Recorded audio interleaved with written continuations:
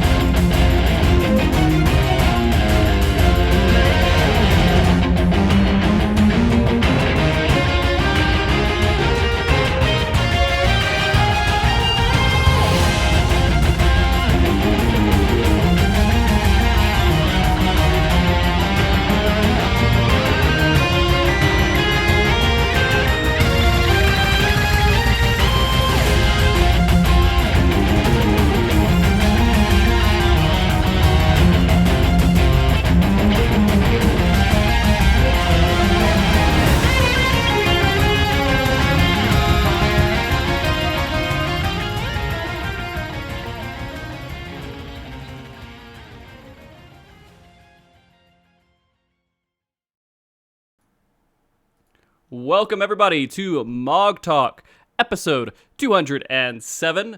Today is October 17th, 2020. If you are unfamiliar with MogTalk, it is a show based around the Final Fantasy XIV community discussing everything from Chocobo Racing to Savage Raiding. Today's topic is going to be about the new content on the Bozjan Resistance in Bozja, right? Did I do that? Yeah, I got it. All right, I got the nod. Before we go too far into it, of course, I want you guys to be familiar with the guests so they're not just sitting here awkwardly looking at you like Zheph is. So since it's Zeph's first time, please tell everybody who you are, Zheph. Hello. Well, I am a hardcore raider in Final Fantasy, and I pretty much I'm obsessive about any difficult content that the devs can throw at us, and I just get completely sucked into it every single time. And I've Okay. been doing that for years. Beautiful, beautiful. All right, now we'll go to Balana. Hello. Yes, I am Balana. I was on the show last week.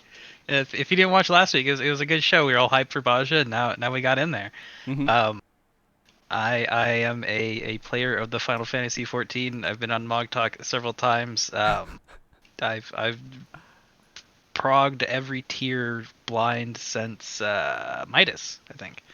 It's the first time I did that. Yeah, so played the game a lot. Played a lot of Bozja. Excited to talk about it. Beautiful. All right, and then lastly, Ren. Hello.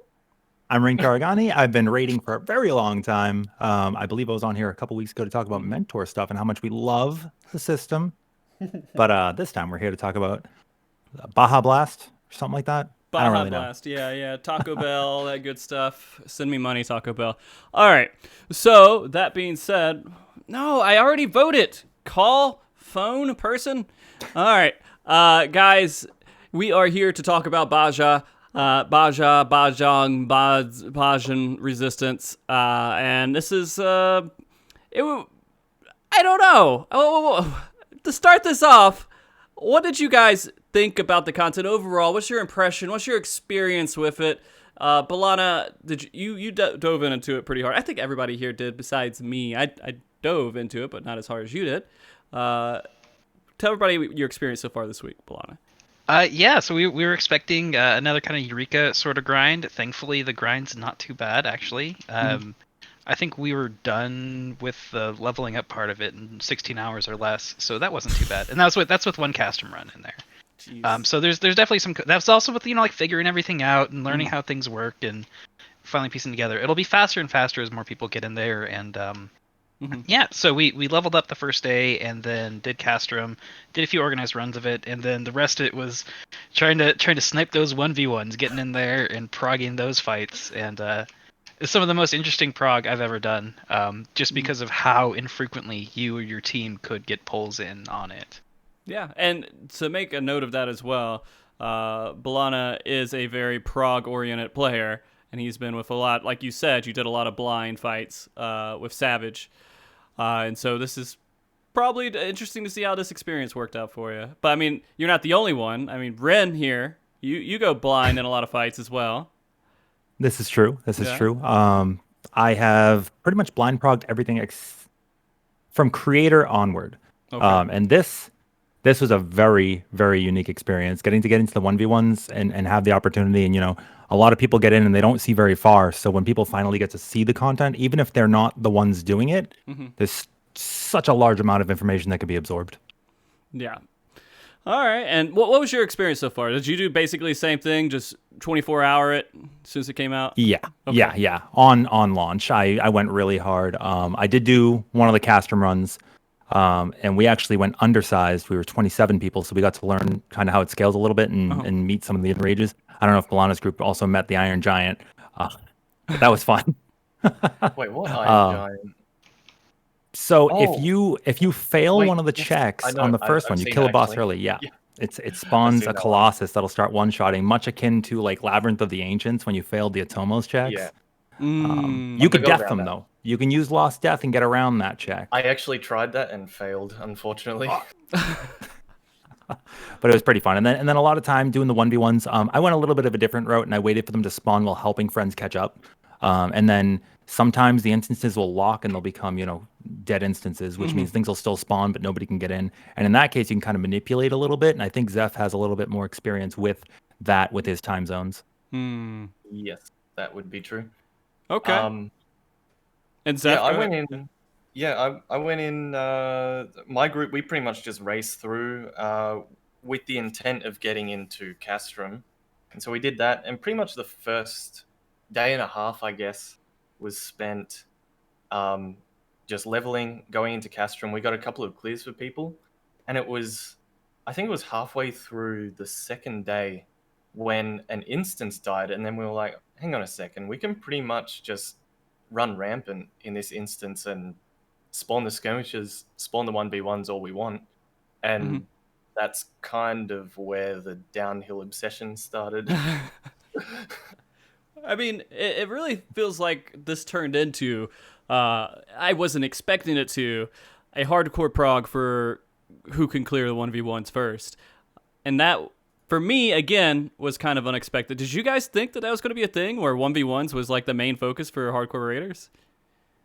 It's oh, you Well, go. we weren't really know we didn't really know what to expect out of Castrum. Yeah. They said like the actual BAs, coming next patch. But the 1v1s were interesting prog. We like Yoshi P said, oh, it'll be slightly harder than a solo story instance, Yeah. which Right. a little bit of an understatement. So a But lot of us probably went in underwhelmed and then surprised. yeah, luckily, like the first time I zoned in and did Metal Wolf Chaos, I got the duel. Like I was rank 2, I didn't have any actions, and oh boy, I'm signing up right for it, and I got killed by the knockback. I didn't know that was coming, it just threw me out of there. But yeah, all the fights have like little gimmicks in them, where if you don't know they're coming and you're not prepared for it, if you don't have the right actions, if you don't have like a Suna or something like that, there's a lot of little like gotchas, and if you're not prepared for those, then you're just dead. Yep. I want And to. a big issue is people get in there unknowledgeable. And I mean, people say like, oh, what is today? Day 4 now, I think. Like, oh, well, I haven't seen it before. So you really encourage players, if you see it spawn, go check it out. Stop what you're doing. The content's not going anywhere. Go learn a little bit. And then when you go in, you'll be a little bit better prepared. I think first time I got in and I did Gabriel, I don't know if anyone had actually gotten that far yet. At least not publicly. They hadn't seen really past the towers. And I saw the entire Enrage pull. We were just waiting for the cast room. And I lucked out because I didn't have Mana Wall, but I was a warrior. So I got to home gang when I saw this mechanic and I'm like, oh, I remember this from fighting Mustadio in in Lighthouse. I'm like, okay, I know this is going to do a lot of damage, but I don't know how much. So then I home gang and 350k later, I'm like, oh, okay, this is a problem for people who go in that aren't a tank. And then we saw the whole Enrage pull, and I was like, okay, that's really cool footage. Let me share this with everybody so they can learn from it, because if you see Enrage, you're going to feel really bad. Yeah, yeah. It was very interesting to see how that turned out, because it's actually caused you tell people to go watch it and see the 1v1s and everything, which is kind of cool. I mean, I think that was the intention, is that people would watch it and kind of learn from it, and also kind of make it a spectacle when it happens. Well, they're encouraged to go watch it, because if somebody wins, nearby players get a 50% buff to the XP they gained in there for 30 minutes. I didn't know that. It's a metal buff. It's really Yep. cool. And if you're like on the other side of the zone, you don't get it, so you have to go and watch. So I guess that's going to be really cool later on when it's actually going to be cleared by people often. I think I'm going to be honest, my experience with it, I'm rank 11, I think, right now. So I'm not near the level you guys are, but I did spend a good amount of time in it. So I do have at least experience with it. And Yeah, once you hit 10 and do Castrum, you can do all the content. So yeah. Yep. The I mean, Actually, the duels I- could probably be before that, right? I don't know if any of the actions are actually level capped by the time you unlock that area of the zone. I think they're all accessible. yeah, but you To the probably best don't of my have knowledge, them. you make the checks easier with like the banners and some of the deep essences, but I don't Mhm. think they're required. I gotcha. no. Uh, I think I th- I think that one of the problems with it being sort of a spectator sport is it seems like because only one person gets in and they're on a cooldown of at least an hour, I believe. mm-hmm. It feels like it's a completely new person every single time that has never seen it before. Whereas if maybe it allowed one after another, like I was thinking, I know Rin mentioned this at some point, but I was thinking at least let maybe 3 people in one after another and see if one of them can beat it. That way, the people that follow up have at least just watched it, and they have so they're learning from those that go before instead of going away, coming back, and then someone that was not in the instance an hour ago gets it again. Yep. I think So- having some of that friction though there is what makes the content exciting and interesting. Like if it was just 3 polls, bam, bam, bam, back to back, these things would have died a lot faster. That's I don't think true, 15. but also I think maybe 3. it doesn't have to be like so say the cooldown's an hour, right? 20 minutes pull. If you gave 3 people a chance, maybe you'll see a little bit more faster and they'll die faster. But maybe instead of that, you could just shorten the cooldown on the respawn rate or something. It seems like if you're going to spend the full 3 hours in an instance, then you have 3 opportunities, and if you miss all 3, yeah, there's going to be a lot of friction and frustration. But also, if you are like Zheph and you have people and you watch 3 people that sit in camp with no actions and they get in, and it's going to be very frustrating for him if he's the one who spawns it. And yeah, that can add a lot of friction and tension and stress. And maybe as raiders, we're a little bit more accustomed to that, but not everybody will be. Mm-hmm. Yeah, no, it's created a weird kind of I don't know. Maybe I haven't seen it as much as maybe you guys have, but if someone goes in there, and this is kind of the joke, is that they're just gonna laugh a little bit and be like, "I'm about to die. I have no clue what I'm doing," and that pisses off all the people who are really trying hard to get these clears and everything. It's bringing out a lot of toxicity in people, Yeah. that's for sure. Yeah. I've taken a much different approach to it. What I've offered people is if somebody goes, I don't know what I'm doing, I've actually asked them if they want to leave party, join party with me, and I'll invite them to a Discord call and call it through them. And I've actually done that for a few people. One person a Lion and Rage and one person a Gabriel Clear. And the really nice thing about being at a party with somebody is I'm not in combat. I could still place waymarks. So you can lead people through like old school before they changed it so you couldn't place them in combat. And I think when you have people cheering you on, you're more likely to succeed. Even if somebody, like you watch them, you're like, you don't have mana while you were going to die, you still get them to that point, right? And maybe re-raise will proc if they have a re-raise up. 70% chance is pretty good. And then they could see the whole fight. They could clear without the correct action if they're properly prepared. And they just need motivation. Nobody wants to get in there and then just have people yelling at them or getting mad at them. That's exactly That's what really it turns into, though. I mean, that's the North American personality. You go in there and you're like, fuck you. I want to do it, and I'm not having fun by being denied my chance to go in there. So I hope you die, and it would make me feel better to see you not clear.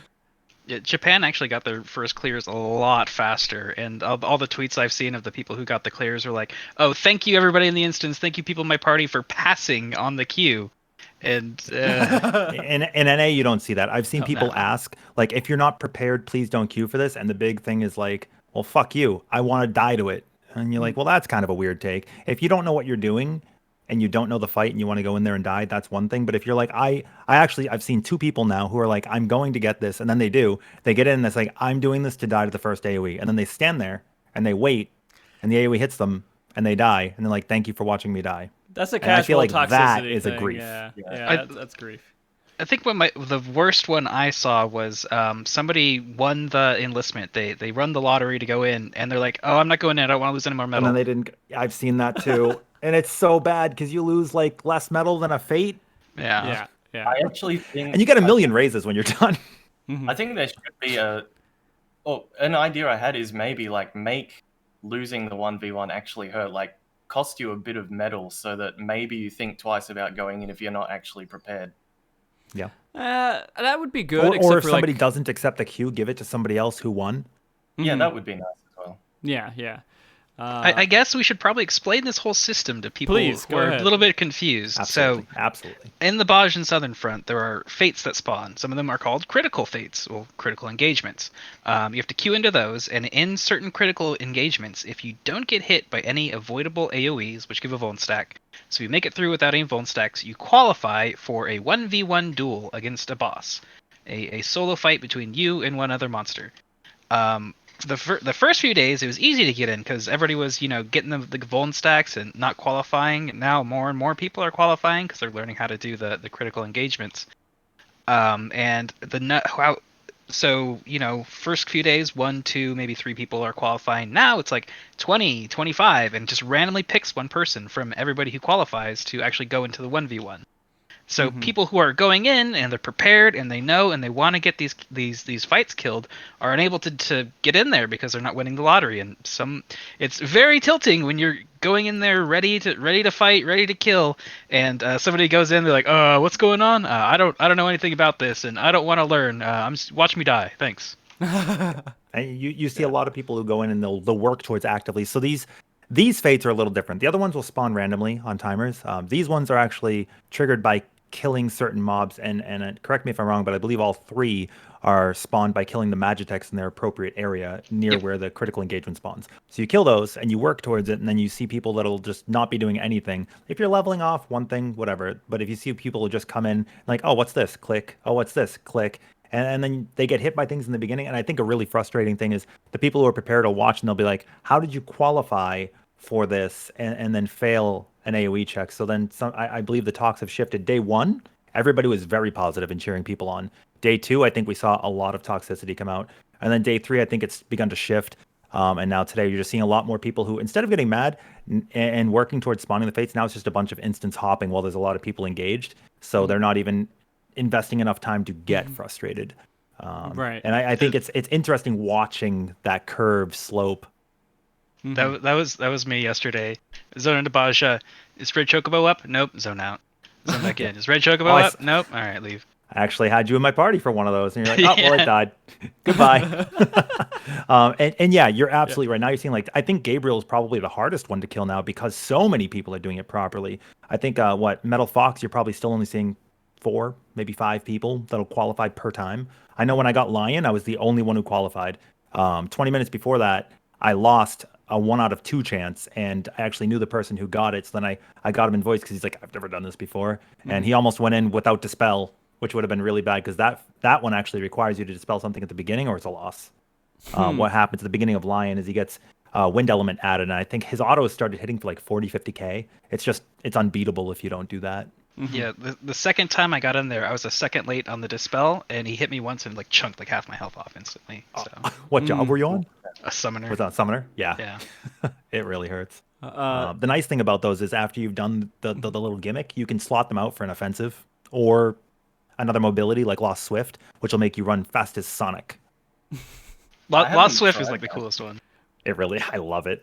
What were you I was saying, too Zeph? afraid of fumbling. I was too afraid of fumbling my actions by hot swapping, so I was just like, it's not a big deal. The DPS checks aren't that tight as long as you are clean, basically. So if you just stay focused on doing the mechanics and just like, you don't even really have to keep uptime. I killed Gabriel with shield lobs pretty much. Like half the time I was just throwing shield lobs because I had to peel off, and that was still enough. I still had time to spare just because I didn't die. Oh, well, all right. With the correct loadouts, safety is number 1 because if you get hit, you die. Yeah, like I went through all my videos. I'm like, God, my rotation's complete crap. I'm doing horrible damage. But you don't really. The enrages are all very lenient. And so don't feel afraid to queue into these things. But please, if you want to kill these fights, look up stuff about them beforehand. They're not something you just kind of go in and wing. There's a lot of gimmicky gotcha mechanics, and when people see you zone in, and they can tell right away if you're gonna be prepared for them or not. And that's what's tilting a lot of people. So how do you guys feel about that, by the way? How do you feel about how that a lot of the fights are you know it or you don't? Like, that's kind of how a lot of fights in general go, right? Like if you do an ultimate, if you were to go into UCOB now, it's been out for a few years. If you go in blind, it's going to take you a long time. If you go in with the resources that are already out there, you're probably going to clear it a lot faster. The same thing goes with these. The only thing that makes it frustrating is that if you wanted, say you're static, wanted to go and learn Shiva right now, right? And light rampant memes are going to happen. you're not affecting anybody else except for the 8 of you. If you go in blind on this, you are affecting 71 other people that tried to do it. And I think that's where a lot of the tension, excitement, stress, like all these roller coaster of emotions, some people don't care at all, but that's where it all comes into play, is that you're affecting other people. And they see that. And so when you go, I don't care, that's fine, and you have other people like, well, I really care. Like, well, why don't you just don't care? Why do you not care? It gets really, really stressful. And you see casual toxicity and high level toxicity and everything in between all come into play all at once. And it's just it's a big cesspool of negative emotions that I don't think this game has really seen a big front on, like World of Warcraft has in various situations. But here, I mean, people talk about the toxicity, and you'll see so many players like, I don't see it, whatever. If it doesn't happen, it doesn't affect me. But now they're all being thrown into it right in their face, and they're saying like, oh, wow, I didn't know players like this existed in this game. But everybody's been here all along. It's just now you're seeing it happen. You're putting these people in the same room and they're interacting. That's what it is. They usually don't interact. So you don't And now they have to, because this content is for everyone, but it's not for everyone. Yeah. I mean, you have these two camps of players. One, on the one hand, you have players that are just like, oh, 1v1, this looks fun. I'm just going to go in and like, oh, it's just a bit of fun for me. And then you have the other group of players that are pouring blood, sweat, and tears and entire days just to get a single chance. And you're putting them in the exact same queue system where it just picks randomly from either one. And so it's so when the people that are putting in the effort don't get it, it just feels really bad. Yeah. The easiest change I think they could do to the queuing system is just give priority to people with the higher resistance rank. That would solve a lot of the heartache, because when you're trying to get into Gabriel and you see the level 2 get in there who has no actions and just doesn't really quite know what's going on, you just it can get frustrating. I also think you should have to participate in the skirmish beforehand. So you should have skirmish priority for the critical engagement. So like maybe instead of the skirmish offering priority to get into the critical engagement, like maybe if you're there for every step of the way, there's like a stacking buff or something for participation. Is that what you're getting at? That means you can instance hop like Balana. So it's like you were here the whole time, you get a better chance at it. I was thinking whole ride. So it's a combination of both flawless execution on the critical engagement as well as participating in the skirmish. But now Balana has a lower chance. The tricky thing about the skirmishes, though, do it a different way. The tricky thing about the skirmishes, though, is the scaling in this zone seems so strange. Like sometimes the fate skirmishes, or fates are called skirmishes in there for some reason. Yeah. Sometimes the skirmishes will just like evaporate instantly, and other times like you'll be up for minutes and minutes and minutes, and it's. We were trying to find links between like number of people in the zone and how it's happening, but it just seems so random. I think it's number of people in the section of the area. Like if there's only like 5 people in the south and it spawns the south one, I've noticed they have very little HP. Likewise in the other zones, and I've also noticed there's kind of like a.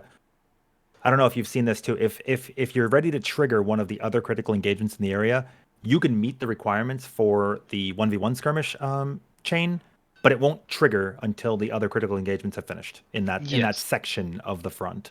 Yeah, like the criticals have like a queue that they get like stacked up in, so you can do all the prep to spawn one of the criticals. But then, like, I think there's a lot of them that are just on timers, and if those are in the stack, they'll only spawn one critical engagement at a time.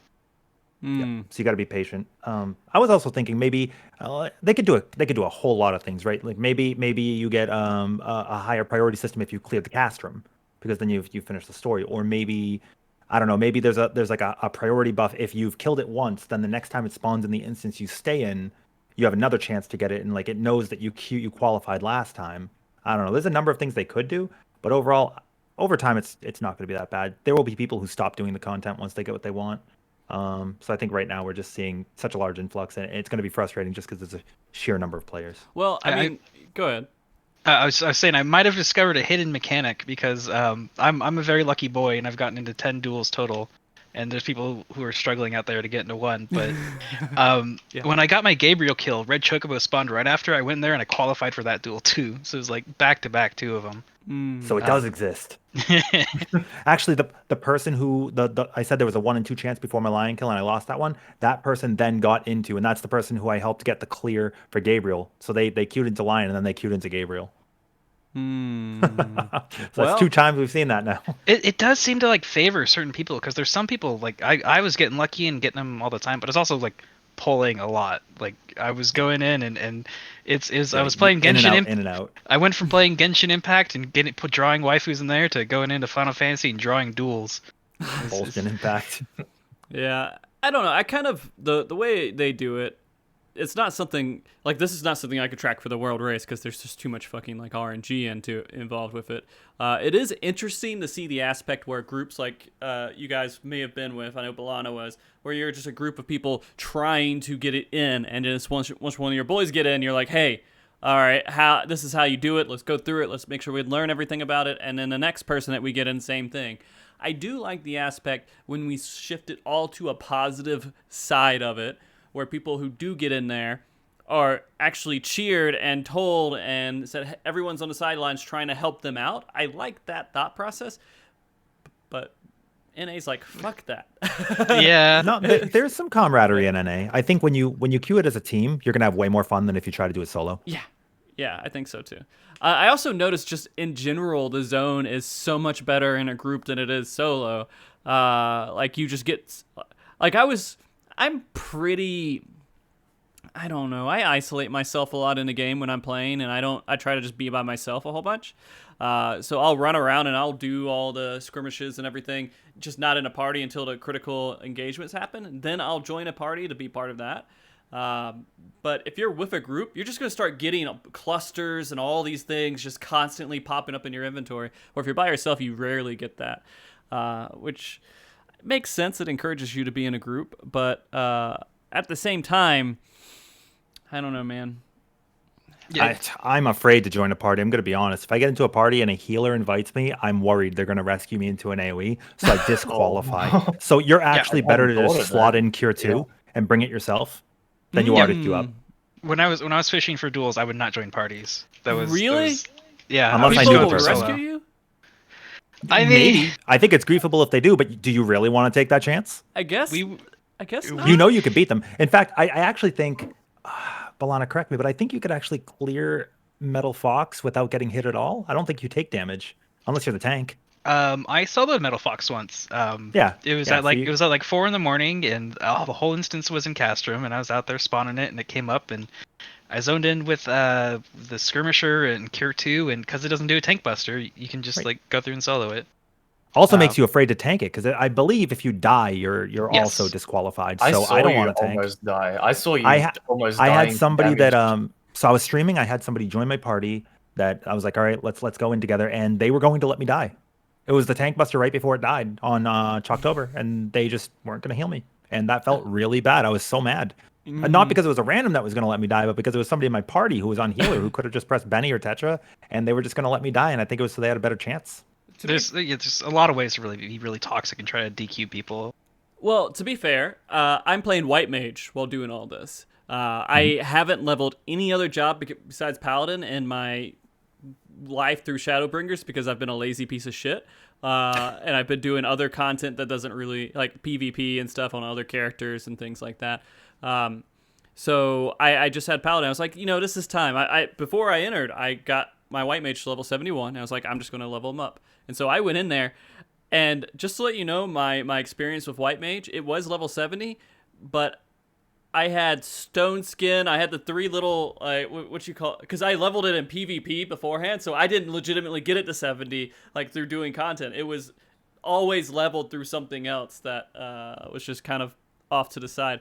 So I had all these like Heaven's Ward abilities and all these things that they got rid of all over my crossbow. I had to redo everything. I keep those. I do too, but I'm running out of space. I keep some too. I don't have enough hotbar space anymore. I've filled it all up with dead abilities. I do. I have some hotbar graveyards too on Summoner. I've got Contagion down there. I give a little. Yeah, pat I every always now and got to then. remember Fracture. What a useful ability. White Mage is actually surprisingly strong in Bozja. Yeah. We've had some Castrum runs with some people running the parses, and they can really pump for just smashing one button. Well, because they give you that potion for healers, right? That says 200% damage or 100% increase in damage for 70% reduction in healing, which is a lot because healers already. You don't need to heal. Yeah. Turns you into a turret. Yeah, and you only use 2 abilities the entire time, and I feel bad. Me saying that though, the reason I was saying that is because I have no experience with healing recently at all. So there are times where I think people are like, "You let me die," and I'm like, I really just wasn't paying attention. I don't normally heal. Perez had to explain to a lot of people, I'm not healing you, I'm a DPS white mage. Yeah. A battle mage. And I felt In my particular example, he joined my party to be the healer for the party. We had already been doing other content. Okay. But yes, there are people who will play jobs they're not used to, or they'll see right, Balana will have the clear up of Soderwar and like, okay, well if I go Caster, this will be easier, right? Or if they saw my poll on Gabriel, now there's a lot of people like, I'm just gonna play one of the tanks, an invulnus. So then they're playing something they might not be comfortable with, and really all of this content is clearable on any job. So play whatever you want that you have fun with, because in that aspect, very balanced. I really enjoy this content with its accessibility on any job. The lost actions this time around are absolutely fantastic, and you don't lose them when you zone out like Eureka. So don't be afraid. Don't be afraid to use them. You keep them.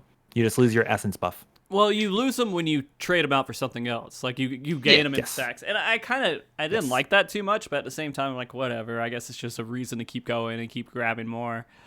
As much as we complain about the duel, the 1v1 system, there's actually a lot of really smart design decisions that have gone into this new content, and it's a huge step up from Eureka in my mind. Yeah, I want to say that for sure. That this was actually, I wasn't.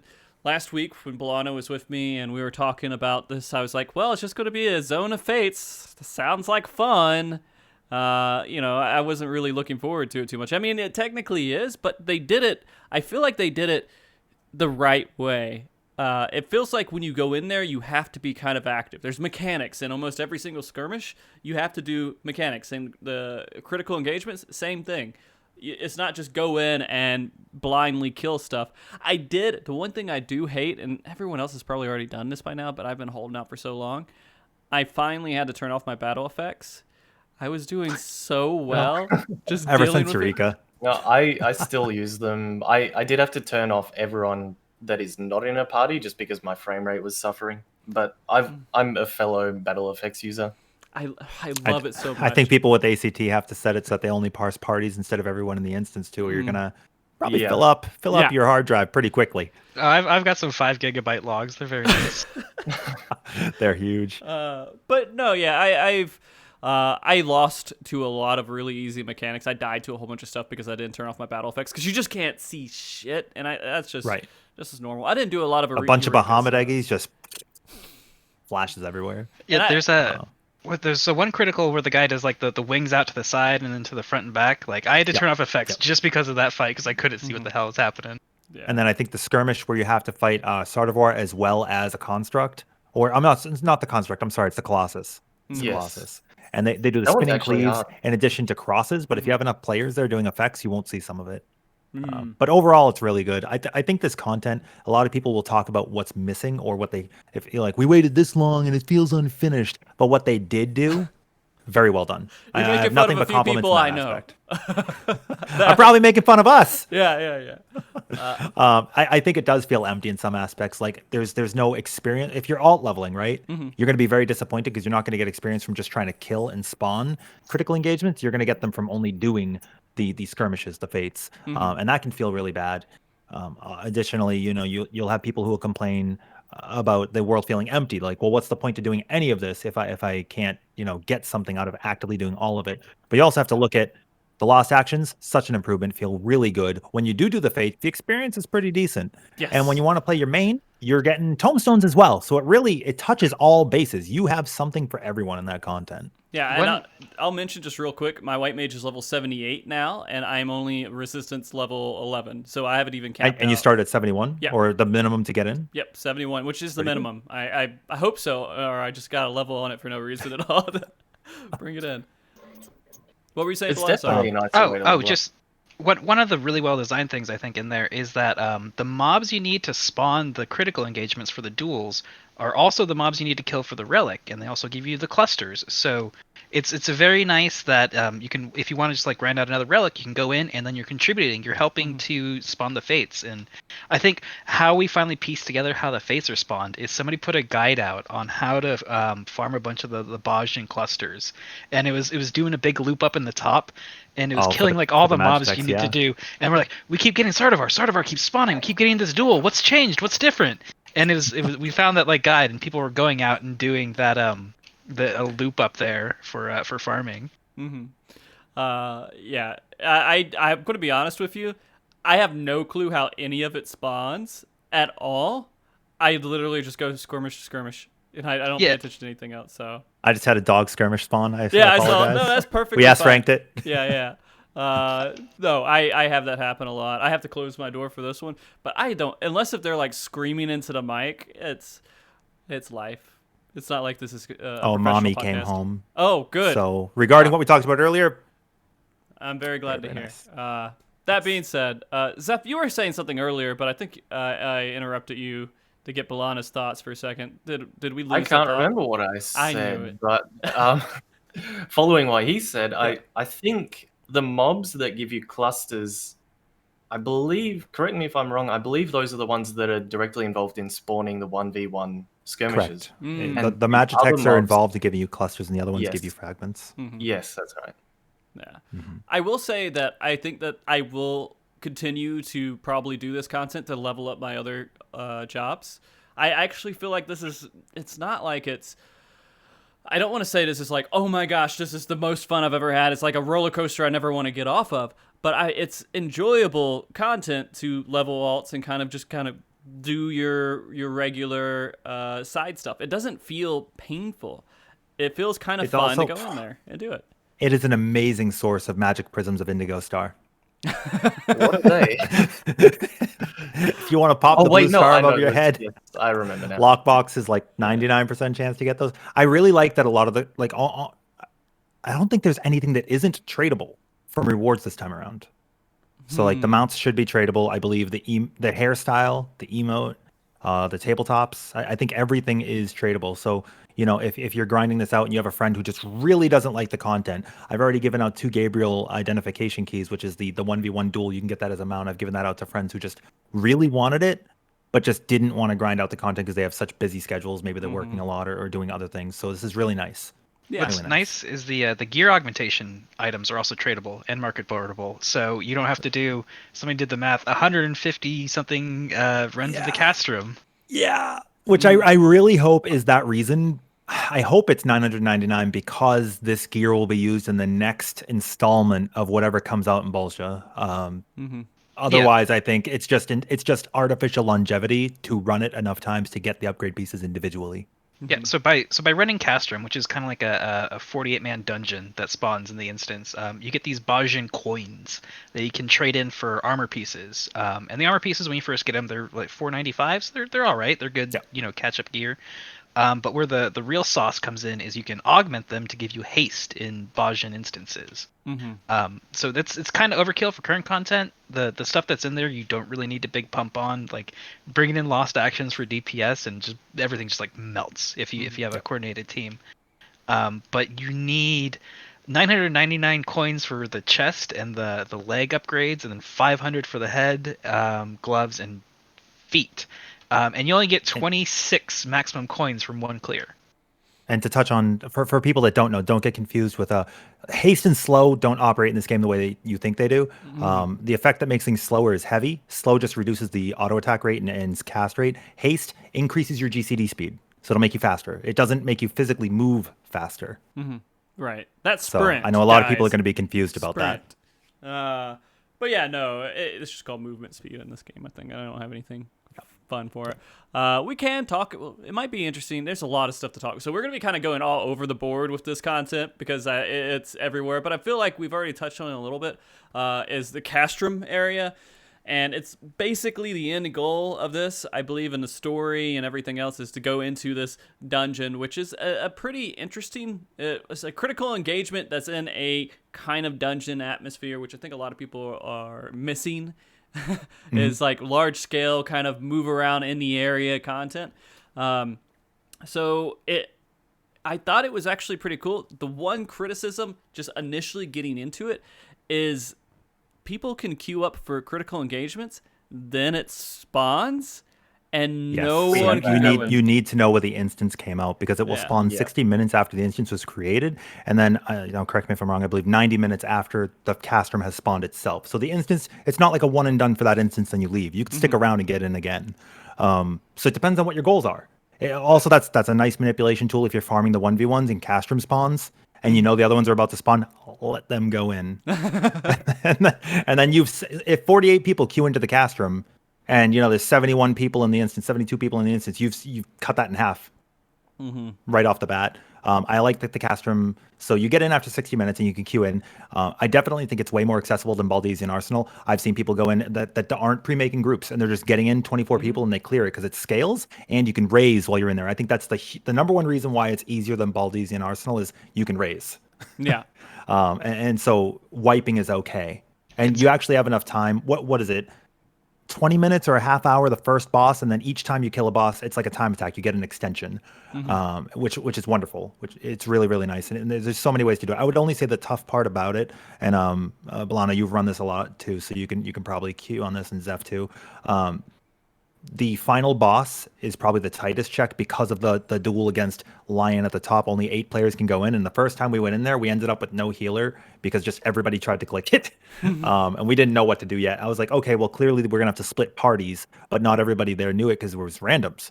So you get up there, but that's a tight check because you have to push Lion the Beast King under 50% before Gawan gets enough stacks of what is it? Is it Rampage? Is it Rancor? I don't remember the name of the buff. I think it's 9 stacks. Yeah, at that point it Nine becomes stacks, I think. unclearable. Yeah. It's not just the stacks, but he'll eventually just like end the fight. He hits an enrage, and then the boss down at the bottom just kills everybody. Oh, I didn't get that far. That's You haven't interesting. failed Yes, yet. but Yeah. the other really nice thing about the Castrum is I entice people, if they want to try to fight the Lion 1v1 duel, do the Castrum because the mechanics against Lion are going to be very similar to the mechanics you will see in the duel, and you can learn the pacing and how to dodge. There's exaflares that are combined with Ruby Weapon's little like tendril mines. So when they reach the exaflares, that's when they start going off, and you're in a circle arena with square patterned exaflares. So it's this big optical illusion that sets your perception off, and it gets a lot of people hit and killed. It's really funny when you see it happen, when it happens to you, and you're like, why didn't I think about that? Or why didn't I just gap closer? So you'll see- We sure cast those. yeah, exactly. But when you fight the Lion 1v1 duel, you're going to see stuff like that, but in tandem with many other things. You're going to see like Hades exaflares with these cascading earthquake AoEs, and he's going to be like, oh, by the way, I'm going to jump to the other side, and I'm going to make you get behind me, but I'm also going to put a confusion chocobo above your head, so you're going to have a random direction that you move in. So if you're not on Warrior with a really long onslaught, good luck. The end on the fight, the end of Castrum fight isn't as bad as that. It's the No, 1v1. it's very easy, and you can mess up. Yeah, and they have very similar mechanics with the 1v1, but the 1v1's a lot faster. And don't be afraid to pug into Castrum. It's very puggable content. I'd say it's like dungeon difficulty, maybe 24-man difficulty around there. But like Bryn was saying, the only tricky part is needing one group that goes up and has a DPS down Lion. Definitely bring death, though. It'll make it easier to get max rewards on the prisoners. There's a section of trash packs. Don't take it lightly because it's lost actions. It's special fragments. When are you supposed to use death? Whenever you'd like. What You percentage? can do it at 100, but I think it's it just 10% at full HP, and it scales. It gives you an inverse spirits within effect. The Unless lower you- their HP, the higher your chance. Unless you have what I ordained. would say, I would say when you're saving prisoners, you want to wait until the last second, because we had a really clutch death. Someone just came out and used it because the prisoner was going to die, and we're like, we're not making this, and then someone just deathed it. So I would say you get it as low as you can to increase your chances, and then you just death it at the last second, so you have the best chance. And just make sure you save the prisoner that way. I will also say, so you're going to get into this section that we might as well talk about. So the first boss is a dual boss. There's an upstairs. You saw the ladder in the live letters, where people are like, oh, you can climb the ladders. You have an upstairs and a downstairs. The downstairs is going to basically be like a burn, and there's going to be some ads that you intercept tethers from, or you line up for dive bombs. The number of ads that spawn around them, they're not hitting you, but the number of ones that spawn are what you have to intercept them with this wild charge mechanic, which is sufficiently negated by having X number of players or more body blocking what's coming at you. Then you have tethers that you have to grab. I believe people have seen it in Thunder God Sid, or any mechanic where you get hit by this, it gives you a debuff, don't take another one. So you just have a couple different people grab them. And I think you could probably do that bottom boss with only 6 players, but we've always had at least a full party down there. The top boss is going to have a number of mechanics that you've seen in Hades, that you've seen in if you've ever seen Dynamo or Chariots, which are like the donuts or the get out mechanics. Those are going to happen with orbs. You're going to see the big mechanic is he does a backhand, right? You're going to see the ad put his hand down, and it's going to trick you into thinking that he's only going to cleave this small acute angle, but it's an obtuse cleave where he swings his hand back, so you have to keep yourself safe on one side. And he'll do that a couple times and some AoEs, and it's a pretty nice check. The big thing about it is you have, I think, 3 minutes after you've killed one boss before the other one enrages. Nope. That is a huge misconception. Everybody's like, slow DPS. That is not a thing. It is just an overall enrage on the fight at 8 minutes. Really? So if you, yep. That's interesting. I've sat up there because once one of the side finishes, there's people up at the top and there's people at the bottom. Once one of the bosses is dead, there's just ad waves that spawn nonstop. And I've sat yeah, there. we've gone through that, but it was the only reason I thought so. We had the sample size of once that it happened, and it was exactly 3 minutes from. So we killed the boss in 5 minutes. Then yeah, it might be 7.5. I haven't actually seen it happen myself, but I've sat there and killed waves of ads for like 5 minutes straight before. Yeah, we killed them for a while. But it's what happens the mechanics. The mechanics in general are not very difficult. They're not very hard at all. Just make sure you send enough people both sides, and you can see them just by noticing. If you get hit by once or twice, I don't think you're going to die. You'll take a bone stack, and it'll be pretty reasonable. But the thing we were talking about earlier with the prisoners is right after that hold on. Oh yeah, go ahead. Zheph had a question real quick. I was wondering what happens at the top if you kill the top first, because I haven't seen that. I've only been at the bottom. That's what happened. It'll be the same thing. Those ads will spawn both sides. Oh, really? Okay. Yeah, it's the exact same thing. So you just want to kill them around the same time so you don't deal with ads. That's the only thing if you wanted to avoid killing ads. It gives you something to do instead of just standing there watching. Okay. All right. Keep going, Ren. You're doing a great job, describing all these fights. So I guess the only other mechanic I'm really missing. So you have these orbs that spawn with get in and get out, and then you have there'll be like these 3 lines that shoot across, and you just have to alternate between like the first and second row. The direct center of the arena will be completely unsafe. And then there will also be a ferrofluid mechanic, which is the plus or the minus tethers with either opposite attracts or are going to push you away. And you'll have these orbs that'll spawn, and they might switch places, they might not, and you have to just make sure that you're manipulated in such a way that you end up safe. And there's a couple different patterns with which they spawn. And I guess the easiest way to figure out that mechanic, if you've never done any hard content, would be when you do Mount Golg and you fight the dice boss, and he has the different areas where you can kind of stand to be safe. It's kind of like that. After you finish the first boss, you get to move on to the prisoner section, and that has 6 lanes. There's ads that you have to fight beforehand and a boss, and you just burn them. They have some mechanics that are interruptible, some mechanics that you could just stun the ads, you could death them, whatever you do to get past that. It's not too hard. Then you have these 6 corridors. There's downstairs, left and right. There's upstairs, and then there's 2 paths and a drop down to get to the middle. The key thing with saving your prisoners, if you don't have enough players, is to split your parties up evenly left and right, and then you want to save the prisoner and then leave the corridor, because there's 3 rooms. One's going to be a dud room, one's a prisoner room, and then one is for a panel to unlock the scorpion that you're going to fight to get to the next boss. Save that. You can come back to it. Save the prisoners first and then go do the panel room. Otherwise, if you don't have 48 players, you're probably going to fail, and one of the prisoners are going to die. And that's not going to prevent you from clearing, but it will reduce a chest from later. You get 1 chest per reward per prisoner you save. Balana, you have anything else to touch on that with? Or Zheph? If you want to be big brain in that prisoner section, you slot Swift, Death, and Ordained. And yes. You throw on the gas, like put on the Euro beat, go gas, and swift around to the next corridor after you've saved one of them. But yeah, one of the big things to hammer home that I keep seeing in Pugs is they'll open a door and like, oh, there's things to fight here, and they'll start fighting it. You gotta find the prisoners. We gotta save the prisoners, man. That's what it's all about. We got the POWs up in the Bozjan Citadel, and we gotta save them, man. I mean, it's interesting because they've never really. When's the last time they did anything even relatively close to saving prisoners in this game? You had to save Raban. I guess you're right. But I can't think of any. Not too much. Yeah. Not too much. There's some defense things. We had there's- like Shinryu what with the was the heads that you had to fucking- heal that weren't allies. Goblins, and stuff, the one that you ran back in ARR was Oh, like Brave Scooter. Flock? Brave Flocks, yes. Yeah, you Brave saved Flock's him to long get stop. chest. That's right. You he did save him. Yeah. I There were remember prisoners there. It was the exact. Yeah, very similar. Don't let them die. I stopped doing that long ago. that. Yeah. No, you let him die. You don't care about whatever is in those stupid But chests. you get one coin and some of the fragments. I think are the fragments unique. You can't get them outside Yes. of the Castrum there. So save them. Save those prisoners. I think that's just the last 2 chests have the unique ones, maybe the last 3. But there's one that you need rank 15 to crack open that has like I the think mimic. you That's need got the dice 6 too, right? chests. The dynamic You need dice? the 6 chests for rank 15, 5 chests for the rank 14, and 4 chests for the rank 13, I believe. That makes sense. Sounds about right. Okay, that because when I went in, I had people instructing everyone. I was just like, "Okay, I'll listen to you, sir," and I just kept going. I did everything they said to do, and we got all the chests. And it was, Did you it was good. did you complete the whole thing, Frosty? Yeah. Did you do it once or more than once? Just once? Okay, just that Castrum second was- boss might have different mechanics the next time you see him. There are a number of elements it can draw from, and I believe it'll only draw from 3 per time that you see it. Right? 5? That's Out of a true in pool of 3 out of 5. 5, yeah. Okay. Right. So you could see 3 the first time, go in the next time, and be like, "What are these?" Because there's ice, right? There's ice, there's lightning, there's water. Water's the pushback, ice is the Earth. move around, the fires the don't move, right?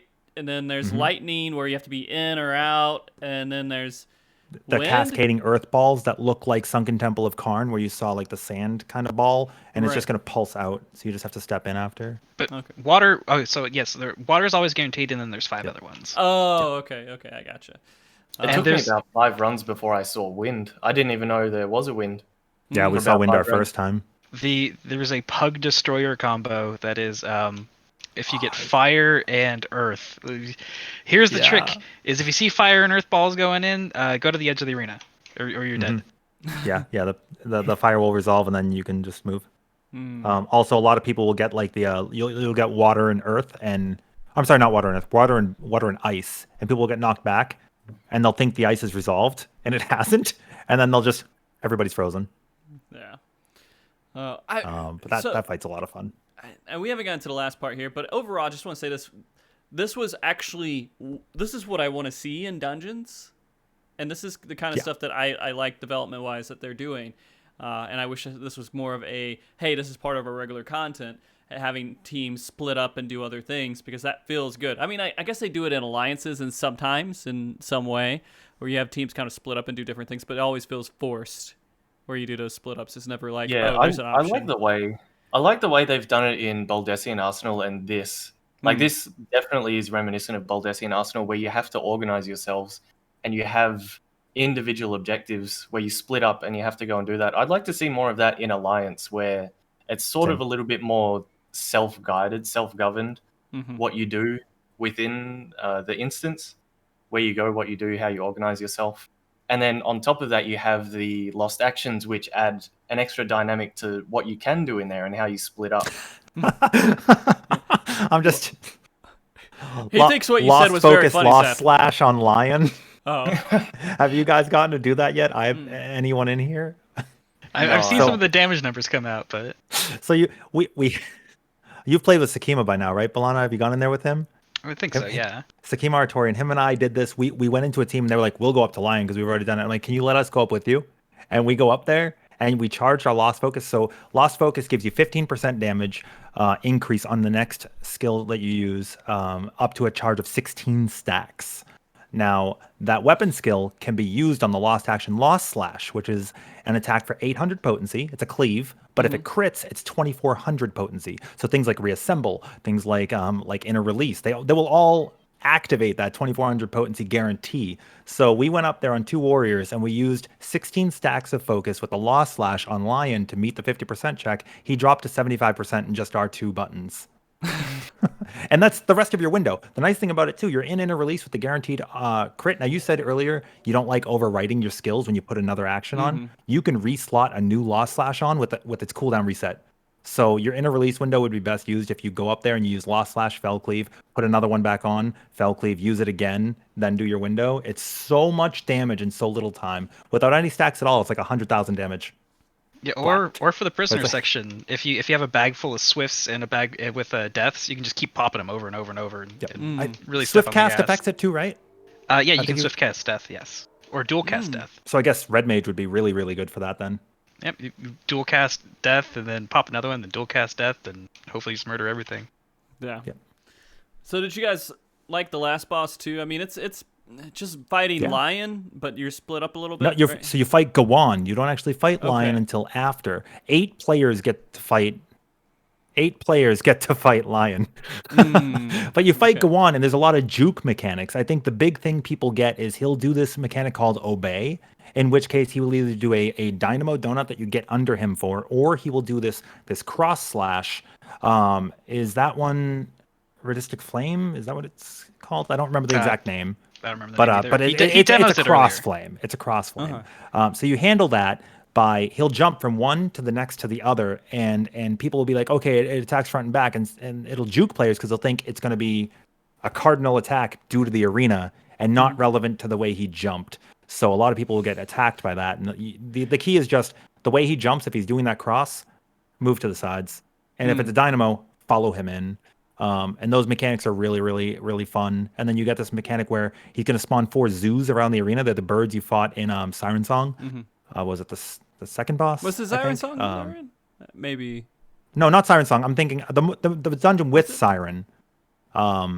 I don't remember the name of it. Whatever. It attacks 4 zoos. They're going to It starts with push a G. things across the arena. Pharaoh Sirius? Pharaoh Sirius. Pharaoh Sirius? That's it. That's it. I haven't done that dungeon in like 5 years. Yeah. So it's going to push waves of these elements around the arena. It's either going to be these fire or wind, and it's either going to be a mechanic that's going to hit you with an AoE on one of the orbs, or it's going to be this dynamo where you could stand inside of it, or there'll be sections that aren't hit at all. And the trick is, don't stand where they are now, stand where they're going to be pushed. And it makes it look like it's going to knock you around the arena, but it's a juke. It's going to move the orbs around the arena, just like in Ifrit Garuda E6 on Eden's Verse, where it kicks around the orbs during Strike Spark. So you want to make sure you do that properly. If you get hit, it's fine. You're not going to die unless you have like no HP. But if you're a warrior, you're not going to die. So you handle that, and there's a couple other mechanics. There's some ads that are going to spawn that are largely just burn. There's going to be some quarrels, and the idea with those, if you've ever done I'm Do Good, is just face them north and south so they don't cleave into the middle of the arena. And then you're going to have some manticores. You just face outside of the arena. They could be tanked. They hurt. Forgot about I'm Do Good. They're not too bad. And then there's some beetles that protect Gawan, so you just kill them. They're going to be tethered to Gawan, and you just kill them. And as long as everybody does their part, I think it'll get to like 2 stacks on Gawan. When you burn Lion enough. When we burned Lion with the Warrior meme, we didn't actually see any stacks, but I think if you beat the check, Balana, do they get put on you? I think you get rewarded with the stacks. No, you just get a buff. You get a straight up 2-minute damage buff. I think the stacks clear after you finish the duel at the top, but I could be mistaken. He loses the stacks Yes, because at I the think bottom, they say he's separated from his owner, right? So it's stacking up, and if it gets to 9, you lose. It calms down once he goes back with them again. Okay. The only time I've seen Castrum fail is because of that the 8v1 duel at the top that happens with Lion. Yep. That's like the only really kind of harsh check in there, because that's an actual DPS check, which can be blown away with lost actions. But if there's a lot of deaths up there, they're probably not going to make it. I had one run with just completely pugs. I just solo queued into. We got to that, and we wiped like 4 times, and finally I'm like, okay, Oh my gosh. I'm putting a team together. We're going up, because there's one team that's like, no man, we got this. We're going up there. We're going, and they wiped. And like, no, come on, You give us get another gazed, try. you get exaflared. Yeah. So finally, I put a team together. I put a mark over my head, and everybody just followed me around up there, and we killed it. And we got back down, and we got the boss to 2% and ran out of time. Oh no! I think the best run I've seen was Gawan was at 7% when Lion spawned. So lost actions definitely reward you. I did a similar thing where I was guiding a group of pugs. I went in with some friends, and there were a bunch of pugs in there, and so we were helping them out. And I said, "Oh, just mark me, and I'll run around and tell you where to stand." And it was the orb knockback mechanic on Goan, and every single time I'd seen it up to that point, they had been rotated clockwise, and I neglected to realize that this time it was going counterclockwise. And And so I went to a spot, I jumped, everyone magnetically came to me, and then the orbs ran the wrong way. At least they paid attention to you. I felt so bad. That's a task failed successfully moment. Yes. Ride or die with the ship. So, do you guys think that they're going in the right direction with if they're going to base like the next BA kind of off of what they're doing with Castrum, just make it a little bit harder or more people or whatever they decide to do with it? Actually, they're going to have a 24 and a 48 man once the 48 man Savage or whatever is what they said in the live letter, I think, right? Yes. Yeah, I definitely think they're going in the right direction, and a lot of the actions are being used properly. Sorry, go ahead, Balana. I assume if they're doing a no raise thing, then that might be in the Savage version, but not the normal. Maybe Lost to Rise will be used. Like, you can't use your raise, like a white mage or summoner's raise. Maybe you have to use the action. The weird thing about Lost to Rise, though, is only tanks and healers can slot it. Yeah, utility. But we have things like auto re-raiser, right? So we have options, and in game you can use. Another big thing too is I've seen a lot of players say they don't know this. The Phoenix item you get, the Phoenix down, you can use it in combat. And I think it's instant. I don't even think it has a cast. Yes, I think it's instant. So make sure you're bringing those.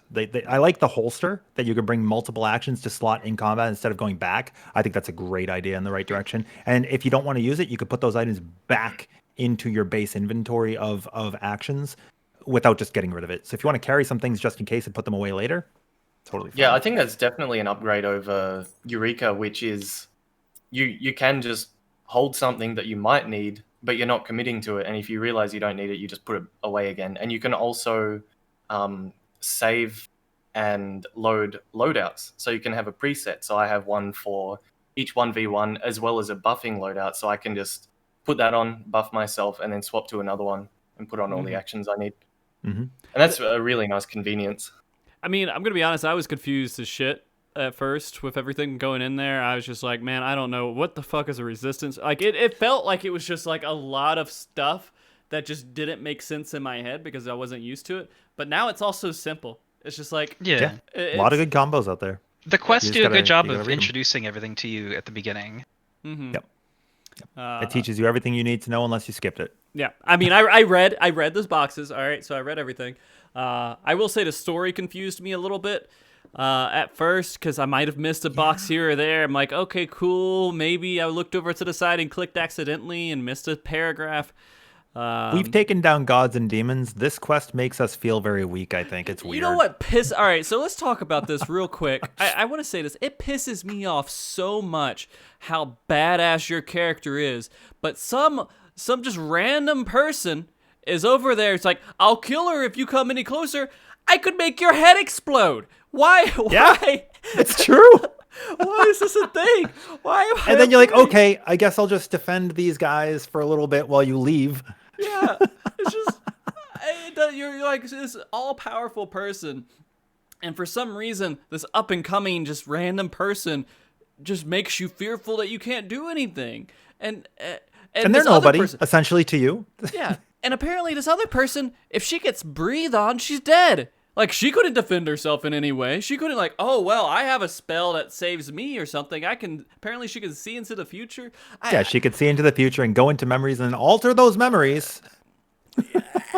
Just go into that girl's head that messed stuff up. So, go into and change her past. Before we get into it too much, me and Ren know what we're talking about. Balana, did you even watch any of the cutscenes? I watched the first cutscene, and then I was a whole rank behind everybody in my group. So I'm like, I can't do any more cutscenes. Time to mow through this. You go to do a cutscene, and you're like, oh, the 1v1 spawning. I got. Yeah, exactly. Yeah.